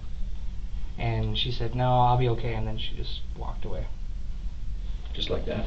Yeah, she just started walking Not even back like towards where she a lived. handshake or anything like that, or thanks for listening to me, or thanks for nothing because you didn't do what you're supposed to do. No, Something like that. It was she thanked me while we were heading back, thank you for talking to me, But when she got out of the car and she was, before she headed off, she was just like, "No, I'll be okay, and I'll figure out something." Let me ask what that was. So she just heads back to her apartment? Yeah. She seemed like, how was she talking to you? Could you understand conversation? Did she seem like drunk, high, anything like that? No, she just she sounded a little more That's a good like question. just she whispered a little bit almost. Like I could barely hear her. More reserved than? Yeah. So it's not like she was drunk off her ass and No. called you saying this. So to you, she truly 100% meant for this to happen. Yeah. Okay. So Did she ever talk about drugs, bro? Her drug history, use? Did she bring drugs? No, she didn't have anything. At least what I saw on her. I'm trying to remember. I think she mentioned something with her boyfriend, and that's how he got AIDS or something. What was that? He was shooting up some type of drug. Right. Okay. And that's how that led to the Yeah. AIDS part. Yeah. That's kind of, I want to just kind of say this real quick, but I mean, I know Craigslist. back page and all that. Mm-hmm. A lot of people use it for. And I know that women meeting men, men meeting women, whether it's casual encounters or not, the majority of the time is for sex, bro. Right? And any time that you guys talk about sex, was this for sex? No. You're adamant this was not for sex. 100% sure. Okay. And all this is on your phone though, right? Should be, yes. Okay, good. So, because like my experience with Craigslist, whether it's working here or just browsing, because I'm a dude, right? I browse. And a lot of it is just sex, man. Meet me here for sex. Meet me there for sex. Sometimes it's for money. Sometimes it's just for kicks. And any time was this about sex for money? Not at all. And it was just for suicide. She wanted you 100% sure. to assist her in suicide. Okay. All right. So when you guys are talking about money and she's saying, I can offer you something else, I can offer you the gun, did she ever offer you any type of sex, anything like that? Never. So she's just thinking, take my gun. Okay. We just got to be able to wipe that off the board and Absolutely. say that we asked him. Now, 100% sure it was definitely not for any type of sexual encounter. Okay. At all. When you're down at 88th and Welby, she says, hey, this ain't the right place. You say it is. I agree. And you say you kind of start looking around more. Mm-hmm. You said you drive around some back roads, everything else, before you end up taking her back home. Mm-hmm. Where do you go from Welby? So from Welby, that's when we go down to the park because it's not too far. It's just straight down Steel Street. And then from there, we go back up toward Washington. From there, it's like Steel to, I think it's like 89th, or it's like, that street starts with a D. I can't ever remember what it's called. Devonshire? There we go, Devonshire. And then we go back up to 88th from there, and then from Washington, I just go back to 120th, and I stick between 120th and 88th from like Colorado Boulevard and Sheridan. So you never went farther east than Colorado Boulevard? No, because I've never really gone past Colorado Boulevard unless I was going to go visit my grandparents in Commerce City. Okay, so over towards the flea market. Yeah, and I don't really know those streets as well, because I didn't really drive on those. It's not where I learned to drive. Sure. And I've lived over by 120th and Sheridan with my aunt, so I do know those roads, well enough to take the main roads back to where my mom lives. So that's where I mainly stuck to. So I know right there at 88th and Colorado, it's kind of goofy right there, right where the new 7-Eleven is. Mm-hmm. You can either go straight up Colorado, or you can it splits off and turns into Riverdale Road. You went up Colorado? Yeah, we went up Colorado from it's that 88th light on Colorado Boulevard. We just turned left there. Okay. You never went down Riverdale or anything like that? You just shot straight up? Not that I remember. You could have, though? Because not that I remember means it's possible. It's possible. Because I know we drove for a little bit, and I did get a little lost on where I was on Colorado Boulevard. If we showed you a map, would that help you out, refresh your memory, bro? Oh, yeah. Okay, so hopefully we can get a map of the area, and we could show that you may have been in that area of Riverdale. Because you said you got lost, right? Yeah. You mind if I go get a map real quick? Yeah, absolutely. Okay. Yeah, I can definitely point it out on the map. I'm getting kind of confused. Going left and right. Yeah. I just know I drove around a lot. Sure. But, so did she actually seem like she was kind of starting to listen to you? I thought she was, but maybe not. like when she got out of my car and she started talking at that last bit, I was kind of unsure. Like I was definitely unsure. Wow. But that's why I told her, if you want to talk more, just let me know. It kind of sucks, man, when somebody that young and everything's in that bad of a place.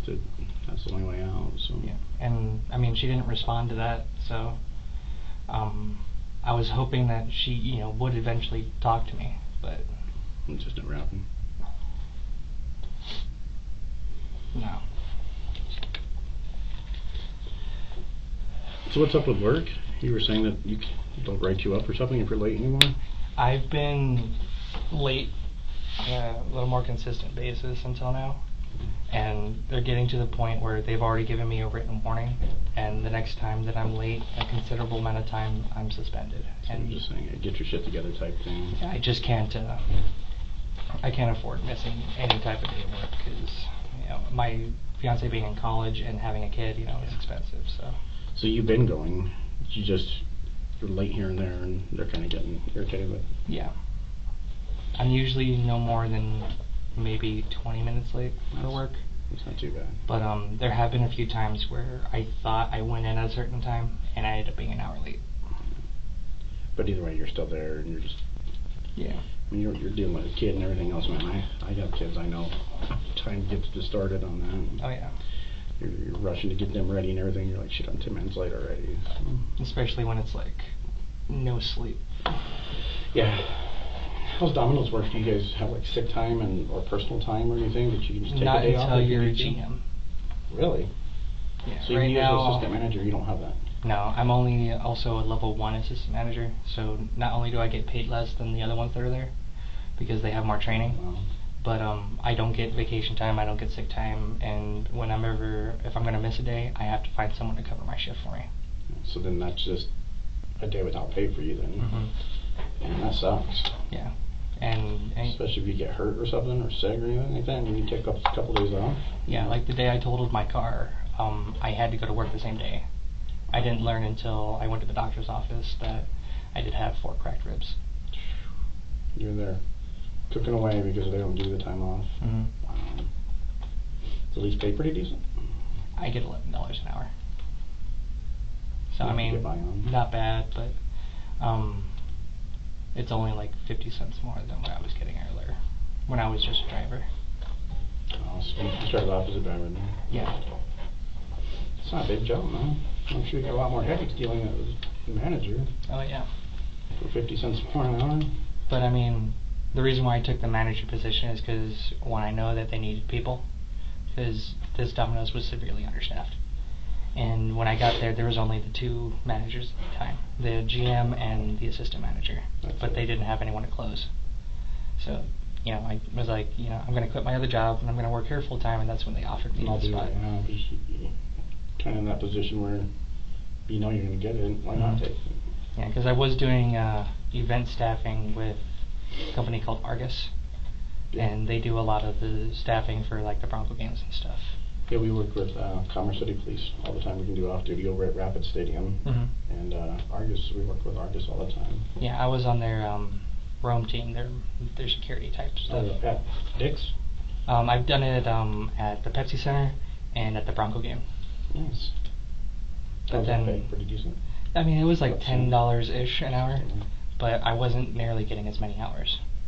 Yeah, just a day here and there, and plus you're freezing your ass off outside of it snowing or anything. Yeah, so I was like, instead of having this consistent job, or this inconsistent job, have one that has, steady hours, at least 40 hours a week, and, the pay is a little bit more, but... You got that paycheck coming in. Exactly. You're going to be able to provide for your baby and everything. Because at Argus, I mean, I was filling that schedule up as much as I could, and I was only getting like $600 every 2 weeks. And I was like, that's not going to cut it. So, switched to Domino's, and I know that's at least $1,000 to $1,200 every 2 weeks. Guaranteed check coming in. That's good, man. At least you got something, Look how many people are just sitting out in the street corners begging for cash, Yeah. Just you're out there and be proud of it. You're working for your money and taking care of your family. Yeah, I just wish that I had a few less bills. Are you still trying to pay off all that stuff from your roommate? I haven't even started on that. No, so that's in the background then. Yeah, right now I'm paying off a $2,000 credit card debt bill for my fiance. That's costing me $300 a month until about July. And then her college is going to be $100 a month after that for the next 10 years. What's she going to school for? She's going to be a veterinarian assistant. Thanks. So hopefully after that she finds a job pretty quickly with that career, and she'll be able to help me out more. There's vets all around your house up there. So I spent the last 6 years as K9. We used Community Pet Hospital right up there in Washington. It's where we took over our dogs too for anything. Okay. So good people there. And then, hopefully after that she'll be making at least enough for us to get by on, Oh, yeah. while I go back to school. Because I want to go for either literature or culinary arts, because I love cooking. Switch that role back. Because I used to work at a sushi shop before I did Argus. Can't do fish, man. I don't like No. fish. Yeah. I didn't do too much of the sushi. I was the only person they had in the kitchen to cook the food. Oh, wow. So I would be making steak or fried rice and stuff. Doing everything else instead. And it was probably the funnest job I ever had. You know, being able to see what you can make with the food and learning how to do the recipes and stuff, and then also learning how little things on the plate could make it seem more appetizing and stuff. So that's kind of the plan that I got right now. Just talking about Domino's, man. The work of the book to death there. I got a couple maps here. I got another one that's on the way, okay? Okay. This is just 88. Okay. 88th Avenue, Colorado, the 7-Eleven. How you say you kind of go up. There's that Devonshire. Mm-hmm. 88. So let's see here.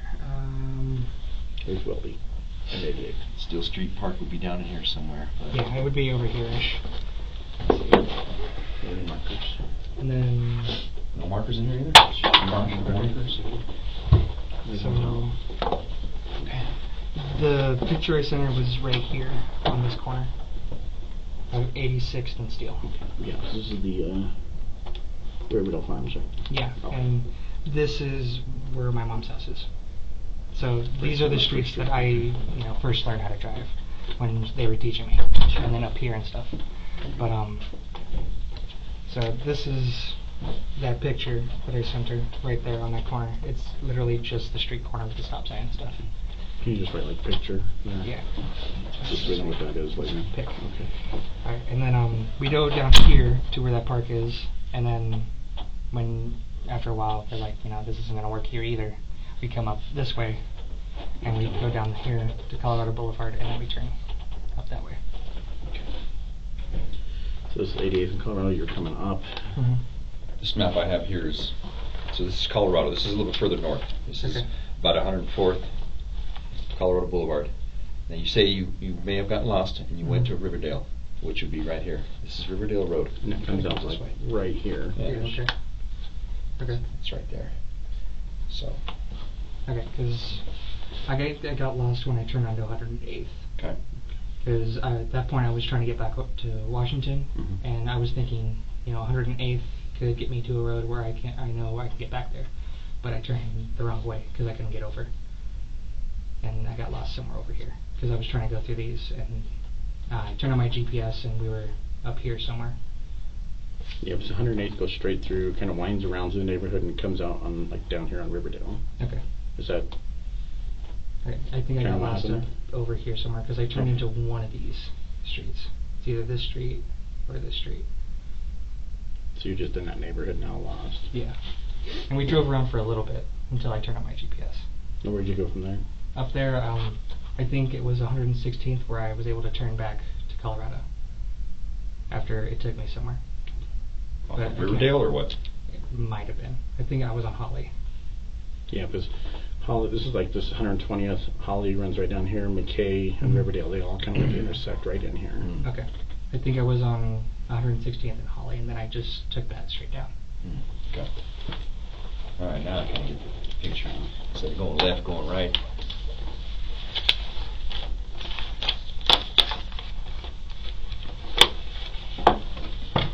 Sorry, I don't know street names. Yeah, that's okay, man. That's okay. Like, Who even does know though- street names, though?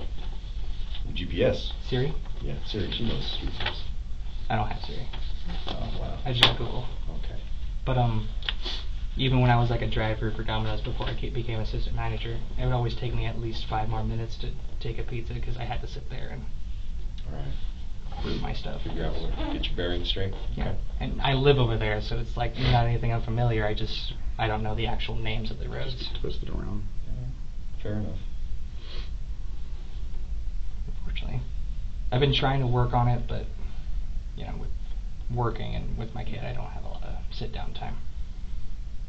So, I mean, after all this, you may have told Detective Rogers already when I was stepping out, Mhm. but after all this time too, like, you go back to work, you're there till closing, and then the next day and the next weeks carry on, days after that carry on, just business as usual, or what? I eventually forgot about it. Okay, but I mean, you're going to work Mm-hmm. the next day and the day after and the day after, and then eventually you forget about it. Mhm. Even though you say you do send her another email, I sent her one just to see if I could get her to talk to me again. what did you say in that email? Just, hey, how you doing? Like, what's going on? Talk to me. I'm here if you need to talk to somebody. All right. On Yeah. which email address did you send? It should be on that KYO one. KYO. Okay. All right. And then, after a certain point, I was just like, it's either something happened or, she doesn't want to talk to me again. So I was just like, just. Do you remember what her email that you were sending it to? I only had the Craigslist one. Okay. So it never told me a personal email. Did you ever text her again saying, can't get a hold of you on email? Hit me up on here? Usually on my phone, if I can't remember what phone number it was, I won't text it again unless they text me. So when you're texting, you're actually just texting back and forth. Are you using any apps back and forth, like Google Apps? Or? No. Okay, so it's just straight text messaging back. Yeah, just on Messenger.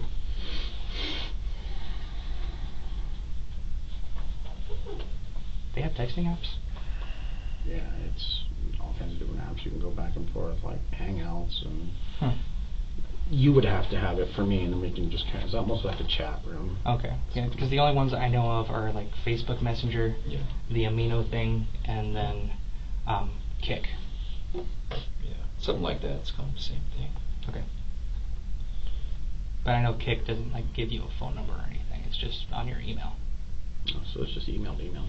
Pretty much, it's just doesn't go to your email, but you sign up with it, so you can get alerts. Like Sarge here said, GPS. It's on all the time, man. The GPS is sitting here right now. Yeah. So if you're driving around getting lost, you eventually go to your GPS to kind of get you out of there and everything. So as your phone's hitting off all these places that it automatically hits off of and everything, is it putting you anywhere else? I mean, are you over by Riverdale Road? Are you down farther into Commerce City, anything like that? I didn't go into Commerce City, I know that. Yeah. What about over by the golf course on Riverdale? Everyone knows what golf course is. Big blue and white ball. And I don't remember it at all. That windy road, you don't remember being on that? I just remember getting lost in that cul-de-sac. Yeah. And that's when I was like, okay, I'm actually lost, so pull it up. I think what he's explaining also is that not only does it tell us basically a person's GPS as to where they are, a general area, because it hits. Are you familiar with cell towers? Okay, I'll just school you a little bit. To get service, each service provider uses cell towers, right? Okay. And these are placed at various locations throughout the metro area, throughout the city, throughout wherever. And that gives you your signal strength? That's going to give you your signal, right? So Okay. of course you get to a tower, you're going to get a better signal, right? Okay. Unless there's a bunch of people on that cell tower, then it's going to be kind of a horrible signal. Okay. It not only tells you that, shows where I'm at in an area, it'll tell me the date and the time that I'm in that area. And it also tells me the general direction of which I'm going, right? Okay. It also shows where I'm not. You know what I mean? So if I say, okay, I was here on Friday at noon, check Friday at noon on my GPS, and I'm not over here, it shows me down here. Okay? So you had your phone with you the whole time, right? Yes. Nobody ever used your phone? No. Just you, right? Just me. Okay. We have mapped out basically right here what he's holding right there. I'll show you. This is where your phone's sitting. Where you were at on this date here, okay? So now this is Boulder Turnpike. Okay. This is Wadsworth. Is this where you picked her up, right off of Boulder Turnpike and Wadsworth? There's like the 120th, 28th, or Midway, whatever it's called, that runs in between right here. Okay. So you'd get off the highway, come up. This is the Jeffco Airport or Rocky Mountain Airport, where they always do the air shows. Okay. Does that look about right? There's kind of used to be a Target there, but there's some shopping centers and banks and stuff all the way around this. Okay. And this sits right off of Wadsworth. Does that look about right? This Yeah. is where your phone's pinging Okay. when you're sending text messages. Yeah, that I think would be the building. Close to the highway, you said. Yeah, it's Yeah. right. Alright. It backs up to the highway. Yeah. Okay. Ish. So it looks like you probably took maybe, you said you took a highway up here, so maybe 36?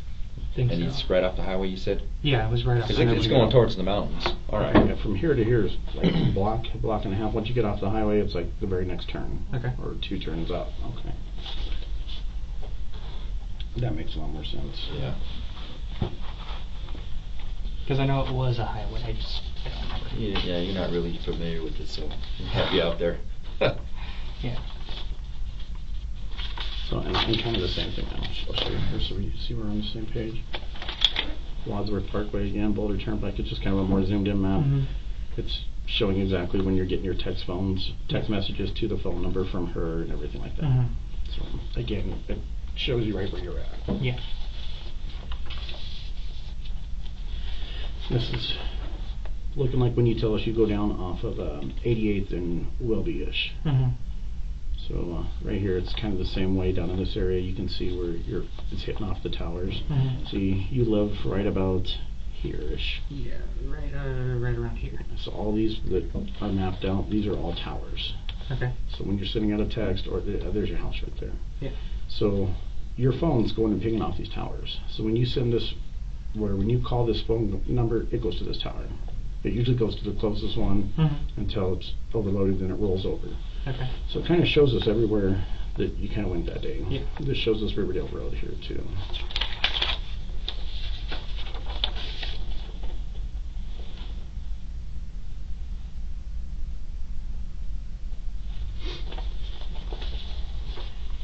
So, and that's where we're getting at, is it's showing kind of everywhere that you went, that you guys drove around and everything. But what it shows us too is, I mean, like here, all around, man, you can see these arrows telling us which way you went and everything. It shows us that you went to 116th and Riverdale. Okay. Do you remember going up there? Maybe when we were lost. Kind of like the old farm area. Yeah. There's a little dirt road that goes off of it, kind of back towards the old dairy back there. I don't remember a dirt road, but Do you know Macintosh? Gravel Dairy? road. no, You've never seen that? Not familiar with that? not at all. Okay. No. But I do know that I just followed my GPS when we got lost. Okay. So, Sure. I mean, if we did go that way, that's because the GPS told me so.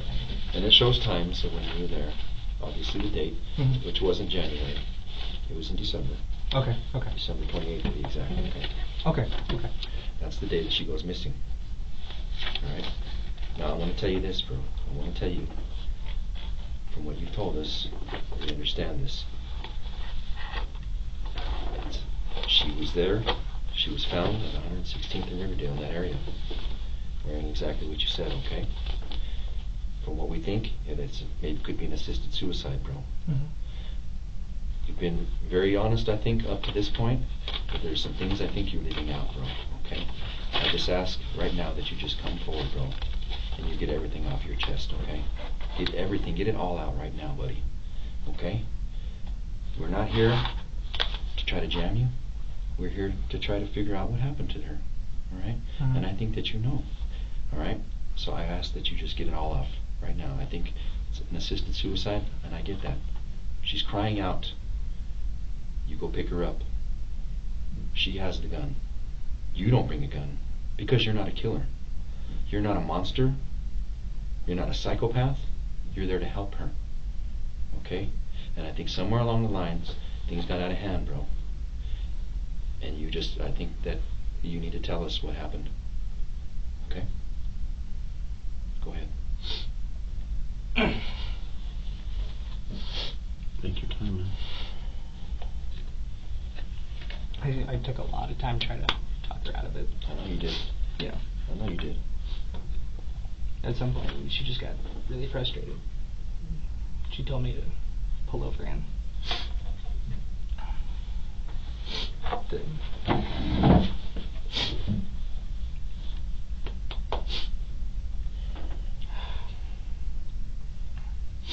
What happened?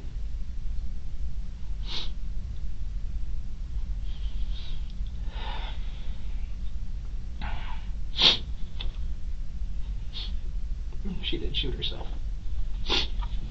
And I freaked out.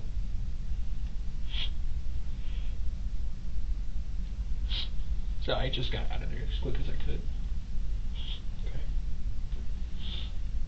So obviously we're going to want to talk now about how it really went, okay?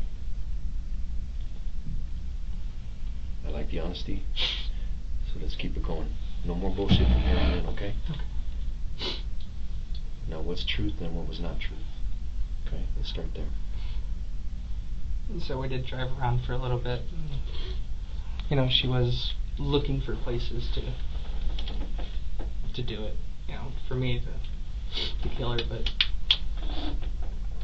you know, I was pretty adamant that I wasn't going to. And she started getting really frustrated with me. Eventually, we came up onto a road that wasn't too populated. The dirt road. and she told me to stop the car. So you're still driving. You drive all the way down in? Okay, go from there. But don't leave out any details, okay? Mm-hmm. Go ahead. And, we sat in the car for a little bit, and maybe a few minutes. And then she got out. And after we were, arguing for a little bit. About what? Just, you don't have to do this, there are other things you can do. And she said, you don't understand what's going on. Like, you've told me that you've been through some things, but what I'm going through is completely different. So she just gets out of my car and she closes the door and everything, and I get out and I start talking to her. But she's over by the tree and she grabs her gun. From where? It was in her purse. You knew it was in her purse, right? Okay. So at that point, I'm worried if she's gonna shoot me before taking out herself. So And what happens? I get as close to her as possible. Just trying to stay calm. Don't do anything. And she kneels down, probably sitting by the tree, almost with her back against it, and she shoots herself. Where? Right here. Because I wouldn't do it. And then I started freaking out, so I grabbed her purse and her gun, and I just drove away. Most very important question right now. Where's the gun? It's outside. Is it in your car? It's in my trunk. It's under in the your trunk. tire. Under the spare tire. Okay. Her purse and everything there too. Her bag's still there, yeah. I didn't know what to do, and Okay. eventually I just, I didn't want it to affect me anymore, so I decided just to forget about it. Is that why you didn't go to work that night? Because you didn't go to work that night. Did I? No. You didn't go to work for a couple of days after that, right? Called in sick that night. The next night, no call, no show. The night after that. Thought I did go to work. Not only did you not go to work, but your GPS shows that you didn't go to work either. Okay? Just remember, no more lies, bro. I really thought I did, though. Okay. I'm going to ask you this, though, okay? I know you're there as a hitman. What she thinks is a hitman. You, in your mind, are portraying this hitman. Right? She wants you to do it. She gets picked up by you. In her mind, she thinks you're going to do it. She brings a gun. You guys drive around to a secluded place. Do you back in? Do you pull in? How does that work? I drove into it, and I turned the car around so we could go back up the road. Okay. You guys get out. Some sort of argument. She kneels down. Are you the one that takes her life, though, or does she do it? You say that you guys were arguing. You didn't get mad and maybe fulfill her fantasy, this sick whatever she's thinking about wanting to have suicide or a hitman. Never.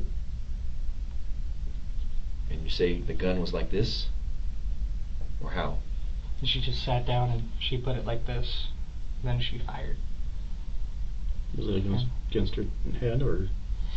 I don't know if it was pressing against her, but Just somewhere like right here. somewhere. But I just remember hearing the sound and Yeah. the smell of gunpowder. How close are you?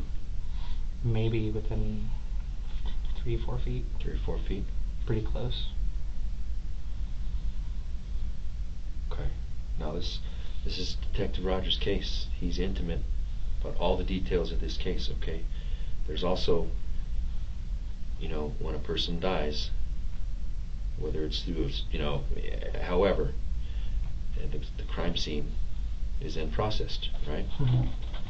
I did kneel down near her. I know that. And what? I was just trying to calm her down, trying to get close enough to maybe grab the gun and take it away from her, but Okay. I didn't jump to grab it. But there's also, when that crime scene is processed, it's processed for evidence, Mhm. any kind of evidence. You know what I mean?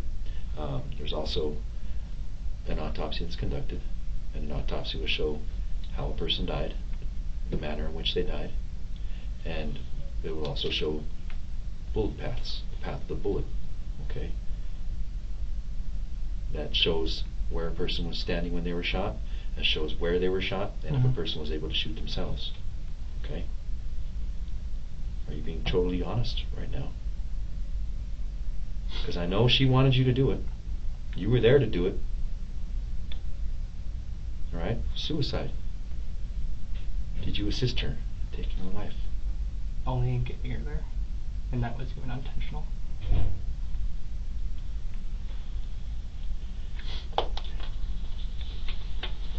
This is the same form that we had, I explained to you earlier. Mm-hmm. This is just for your car. Will you give us permission to go get the gun and everything from your car? Absolutely. If you want me to read it again, I can. If not, it's the exact same thing. No, it's right in the trunk. You just... Is it loaded? I never touched it after that, so I believe it is. When her purse, you said you picked up her purse, did it fall to the ground or something? Or did the contents fall out? Do you remember? I know she put it down before. Like, I don't know if she tossed it or just dropped it, but I know I picked it up in a hurry, so things may have fell out. Yeah, explain how that goes, bro. Take me there. Take us there. She's by the tree. Tell me how she's standing. She's sitting, show me. So I need to know how she's standing. From what I can remember, she's not crisscrossed or anything. She's not on her knees. She's just sitting with her legs up against her chest. I want you to get down and actually show me, bro. Because I was not there. You were the only one that was there. So she's like this. I can't bend my knees as much, but she's like this for a little bit while I'm trying to talk to her. And what is she saying? Not a lot. She's just real quiet. And she just keeps repeating, "Oh, you don't understand. I don't want to be here anymore, you know. Like, I want to die, but I'm scared to do it myself. That's why I asked for help." I'm like, well, there's other ways out of this, you know. Don't do this. And I'm not too far from her, and I'm maybe like this, pretty close to her, you know, just trying to... So you're on one knee? Okay. I believe so. But I'm like this, and I'm just trying to talk her out of it, and she shoots herself before I can try to reach and grab the gun. Did she say anything before this happens? She stayed quiet.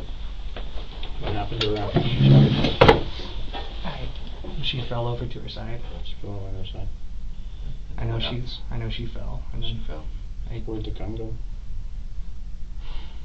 I don't know. I can't remember whether she was holding it still or if she just dropped it afterwards, but I was such in a hurry just to get the hell out of there. I just grabbed it and went. Where'd you go?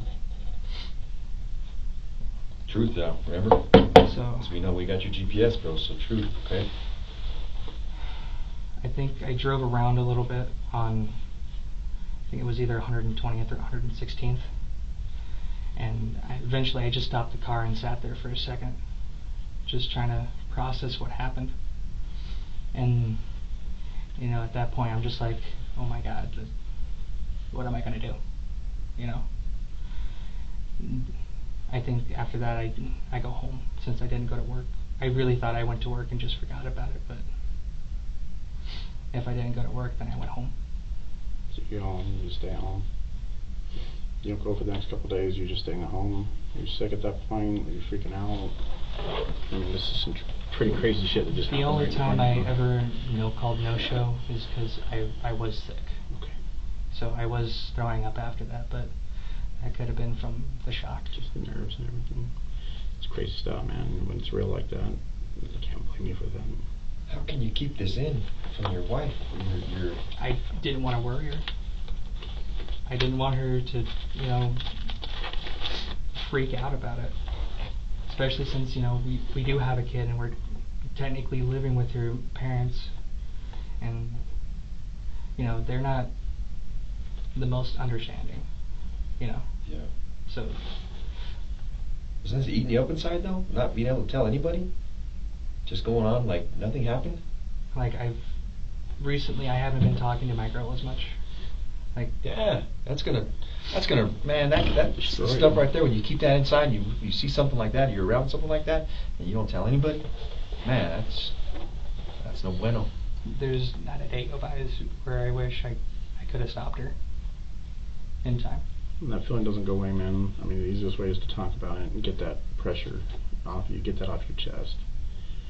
It's kind of like Sergeant Hernandez said, I've been on this case from day one. He has. He's been putting in some time on this. Me and my partner have lived every day on this. So you're being honest now. Okay? You know you need to get this off your chest. What I can tell you is I've had to sit there and go over every report, autopsy reports and everything. The autopsy shows she didn't shoot herself. Okay? We know that. Just like you told me when we first sat down, you watched CSI, everything like that. There's evidence that's on every time that shows if somebody's where the gun is at, how far away, everything. We know the gun was at least 3 feet away, a foot to 3 feet away. But like Sarge said, there's a big difference, man, between serial killer, murder, and everything. Neither one of us are sitting here right now saying, you went there to kill her, you went there to murder her. No. So we know that didn't happen. But we also know she didn't shoot herself. The evidence shows us that. And that's not something that I can interpret wrong anybody else. These are doctors and scientists saying this is exactly what happened. Yes. So we know she wasn't shot by herself.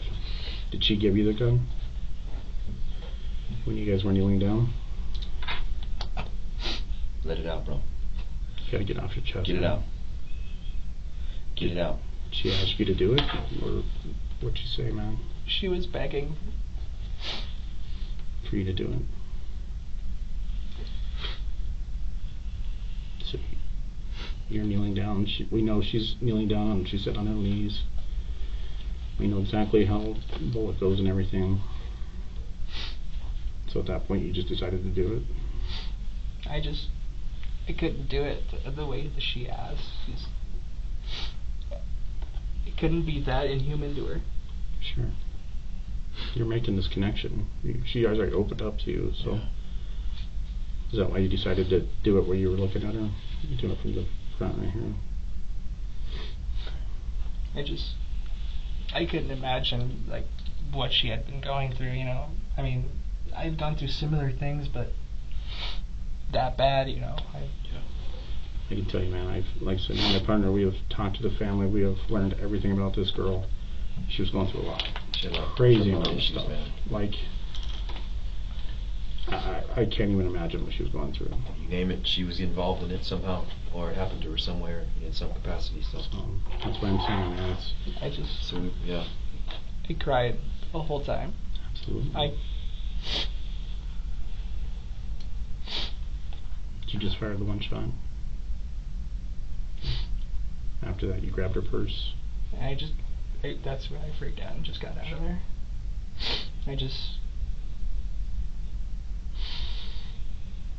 And we have phone records, and that's what we were going to ask you, is we see you never texted her again after that. We see you never called her. I mean, it's pretty obvious to us at some point. I mean, the rest of her family, everybody's still talking to her, trying to. Yes. So that's how we come to you. Okay, your phone number comes up. So we weren't lying to you about that. We needed you to kind of help us piece this together. Everybody's told us she was suicidal. We know that. Yeah. We had nothing to confirm it until you know. Now you place all that together, man. You finish that picture that we didn't have. Yes. I can't imagine what you're going through. How do you keep that in, man? I don't understand. Wow, I would have exploded, imploded, all that, you know. Holy cow. I know I couldn't talk about it to any of my family members. She wanted you to do it from behind, right? Execution style. I'm not as intimate as he is. He knows this all the way. How is it? I am her. You're you. Natalie's her name. Okay. Natalie's down like this, you say. Kind of sitting on her butt, though, right? Okay. How are you? How do you decide to do it? Which way? On her left, on her right? I'm on her left. Okay, so you be you. I'm going to be me. Be you. Okay? This is where we got to get all the details, bro. We know the tree's right here, if that helps you. We know the tree. So should I be sitting against the tree? No, you're perfect. Okay. This is generally what it was. And what's the conversation right before it happens? Are you saying anything to her? Do you guys say a prayer? And what's going on? We pray. Who do you pray to? I was raised Catholic Lutheran. Okay. I'm just sitting there praying, you know, hoping that, she finds something better in the next life. And what's she doing? She's just silent. Does she have her eyes closed? Okay. And you're saying you're praying. You're actually praying. Mm-hmm. Okay. You say a prayer. Then what? And then, I ask her again, are you sure that you want to do this? I'm still crying. Okay. You're crying. Okay. I don't know if I was bawling or if I was just had tears down my eyes, but okay. I asked her, are you sure about this? Because during the car ride, she did convince me to do it. Okay. I'm sure she did. She was very convincing. Okay. Okay. Go ahead. And then she's like, yes, please just end all this pain that I'm in. Okay. So I closed my eyes, and that's when I fired. You close your eyes. How do you arm bent like this? Is your arm straight out? Do you use two hands or what? It was two hands because I was shaking.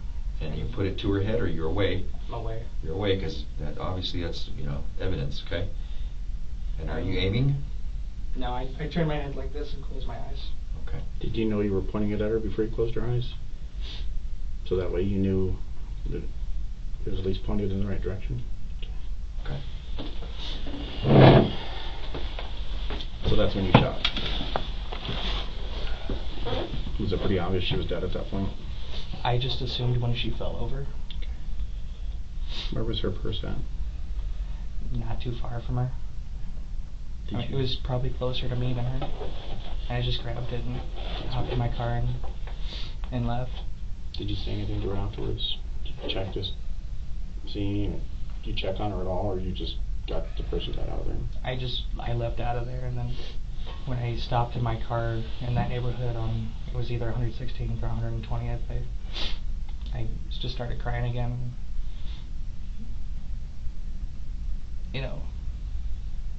Hoping that she does find something better, in the next life, or that I hope that her pain is finally over, At what point do you put the gun? Where do you put the gun and get in and you haul ass out of there?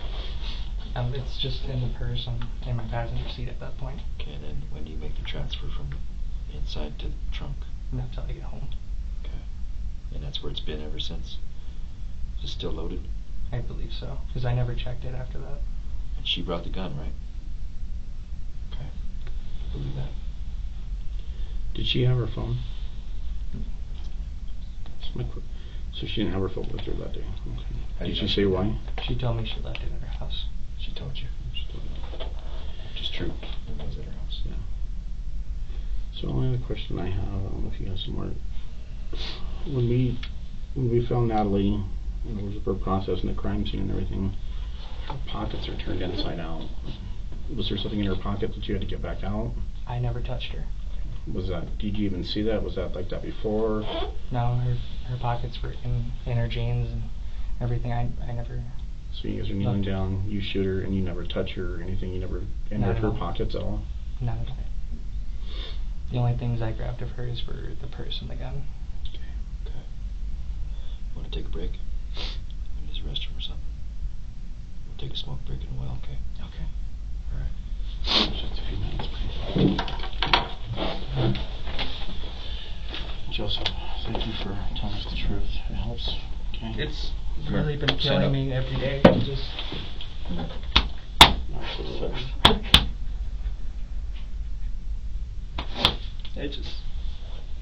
I had to give you a hug. I don't know why, but I just felt like it's like doing that. Okay, I see how it's wearing on you. It's been haunting me. It's been haunting you. Like I regret it every day. There's not a day I go by. Because you want to know why? You're human. You're not an animal. You're not a killer. That's why. All right.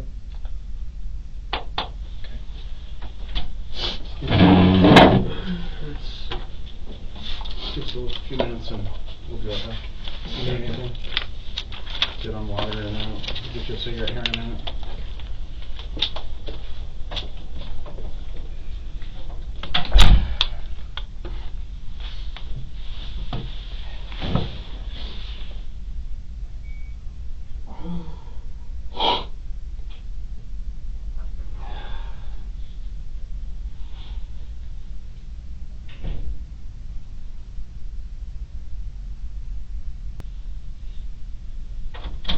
to go to the bathroom or anything? You sure? Mhm. You hanging in there? You hanging tough? Trying. I mean, you knew sooner or later that it's, someone's gonna come knocking, bro, and we have to sit down and talk about things, bro. So I don't know why I didn't just tell you. that's okay. Hey, you know what? We don't take that personal. We go through that day in and day out in this job. People don't want to tell you things. People don't want to say, yes, it was me. People don't want, they want to deflect. So we're used to that, okay? But I'll tell you what, though, man. We already knew, basically, when we first started talking to you, which direction, once the phone records came back, bro. It took a little bit, but once we got those back, okay, we knew exactly who we had to go talk to, all right? We just didn't know the way it went down, and you helped us out with that, okay? So we just took it step by step, one at a time, and we got through it, right? So the next process that we have to do is we're probably going to talk about maybe some more details. If there are any details that we left out, we're going to iron those out, and then we move on from there, okay? I don't know how the district attorney's office is going to feel about this, what they're going to say, okay? Because they have the ultimate decision as far as if you're going to be charged at all. All right, that is not us, that is them. So, but that's going to be our next step, okay? So, but we're not going anywhere. I'm here. My partner's here too, all right? Like I said, we're not here to jam you up, bro. We just wanted to know what happened to Natalie.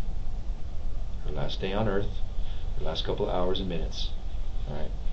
So, not only us, but her family as well, okay? Because she does have a family, and they wanted to know exactly what happened to her as well, so, okay? So not only does it give you peace to get that off your chest, because that does give you peace, bro. To get something like that off, man, I couldn't imagine that burden that you were carrying. But it also gives the family peace, okay? They'll never have peace without their daughter. They'll never get over this. You never get over losing your child, right? But at least you can begin the healing process once you know what happened, okay? So, but I just wanted to let you know that that's what we're gonna do now, okay? Other than what I told you, and Yeah. other than dropping her off and stuff, it was Yeah. just most of it was just her begging me just to do her this one mercy. Did she tell you why? I know my partner's not here, but did she tell you why? Why she wanted to die so bad? Her boyfriend was stealing money from one of her We know that. relatives. That is true. I guess there was a lawsuit against her, or someone was bringing her to court Yeah, for they it. filed charges on her. Okay. And she didn't know how to, prove it wasn't her, that it was her boyfriend. Yeah. And she didn't want to out him because she was so in love with him. I did ask her why she stayed with him. Yeah. Why would you? Yeah. But I just let her talk to me about it, and it was after she told me that she had gotten AIDS from him because he was an addict, or he used to be an addict or something. Yeah. Yeah. And she just started crying and practically begging me just to do it because she couldn't take it anymore. Okay. Which is why she brought the gun.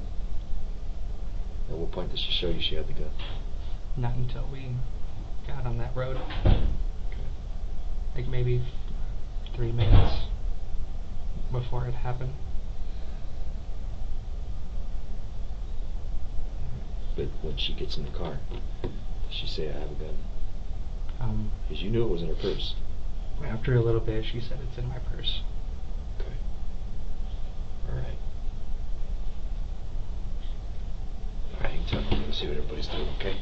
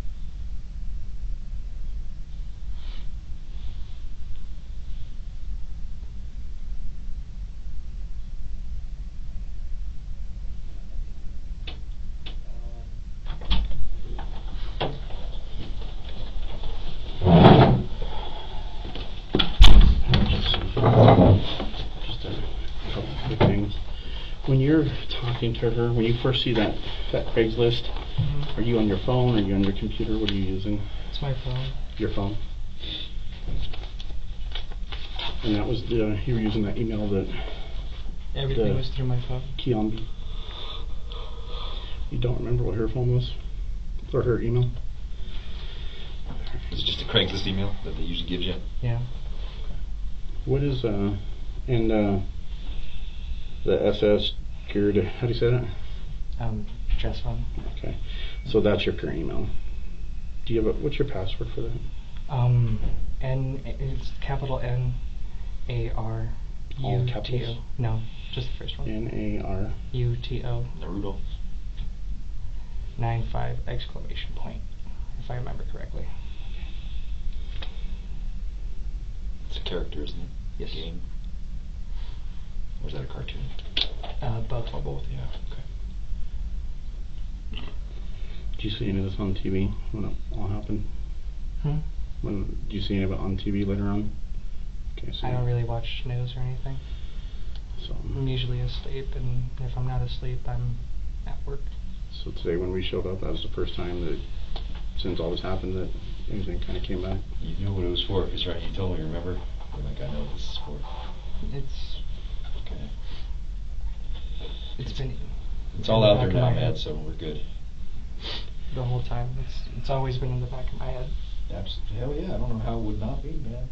I was telling him, I don't know, I don't know how he had kept this in. This would have killed me. Like, I debated and just thought about, calling in and telling Yeah. the police, but It's all right, 'cause in the we're here now. forethought of my mind, it was, well, then my fiance's not working, who's gonna provide for my son? Sure. So I tried to move on just so I could keep working, so I could Sure. do it for him. Do you have anything else? I don't think I do. I know they had some follow-ups questions or something, but I didn't. Yeah, it was just what I asked. Okay. I don't have any other questions. So, Is there anything else that you left out, maybe, that you thought about? Because when you were gone, we were talking just those small things, but we were talking about she gets into the car, and at what point do you know that she has the gun in her purse? It was a little bit after I had showed her the park. So after you drove down to the park, that's when she said, did she show it to you, or how does that go? She never showed She it just to tells me you? until the end. She just said it's in my purse. And what do you say? Okay. Well, I did get a little nervous because I didn't know what she would do. It's starting to get real then, huh, when she tells you that? So I started to shake a little bit, so I started smoking a lot more. I bet. you're familiar with guns at all? Do you know what a Glock looks like? I couldn't tell you the difference. So you don't know what kind it is, huh? Is it black, silver? Do I you think it know? was like greenish. Okay. You know the difference between a revolver and a semi-automatic, right? Yeah, that one I know from like video games and stuff. Okay. A What is it? revolver I know is a 6-shot only. Sure. Like a wheel gun? Cowboy style? Does this What one is this have one? It's definitely not a revolver. a pistol? Did it have a light on it? It had something attached to it. I'm not sure if it was a light or a laser. Okay. That's all I got, man. I don't think I have anything else either, man. We've kind of discussed a little bit about what's going to happen here as far as charges.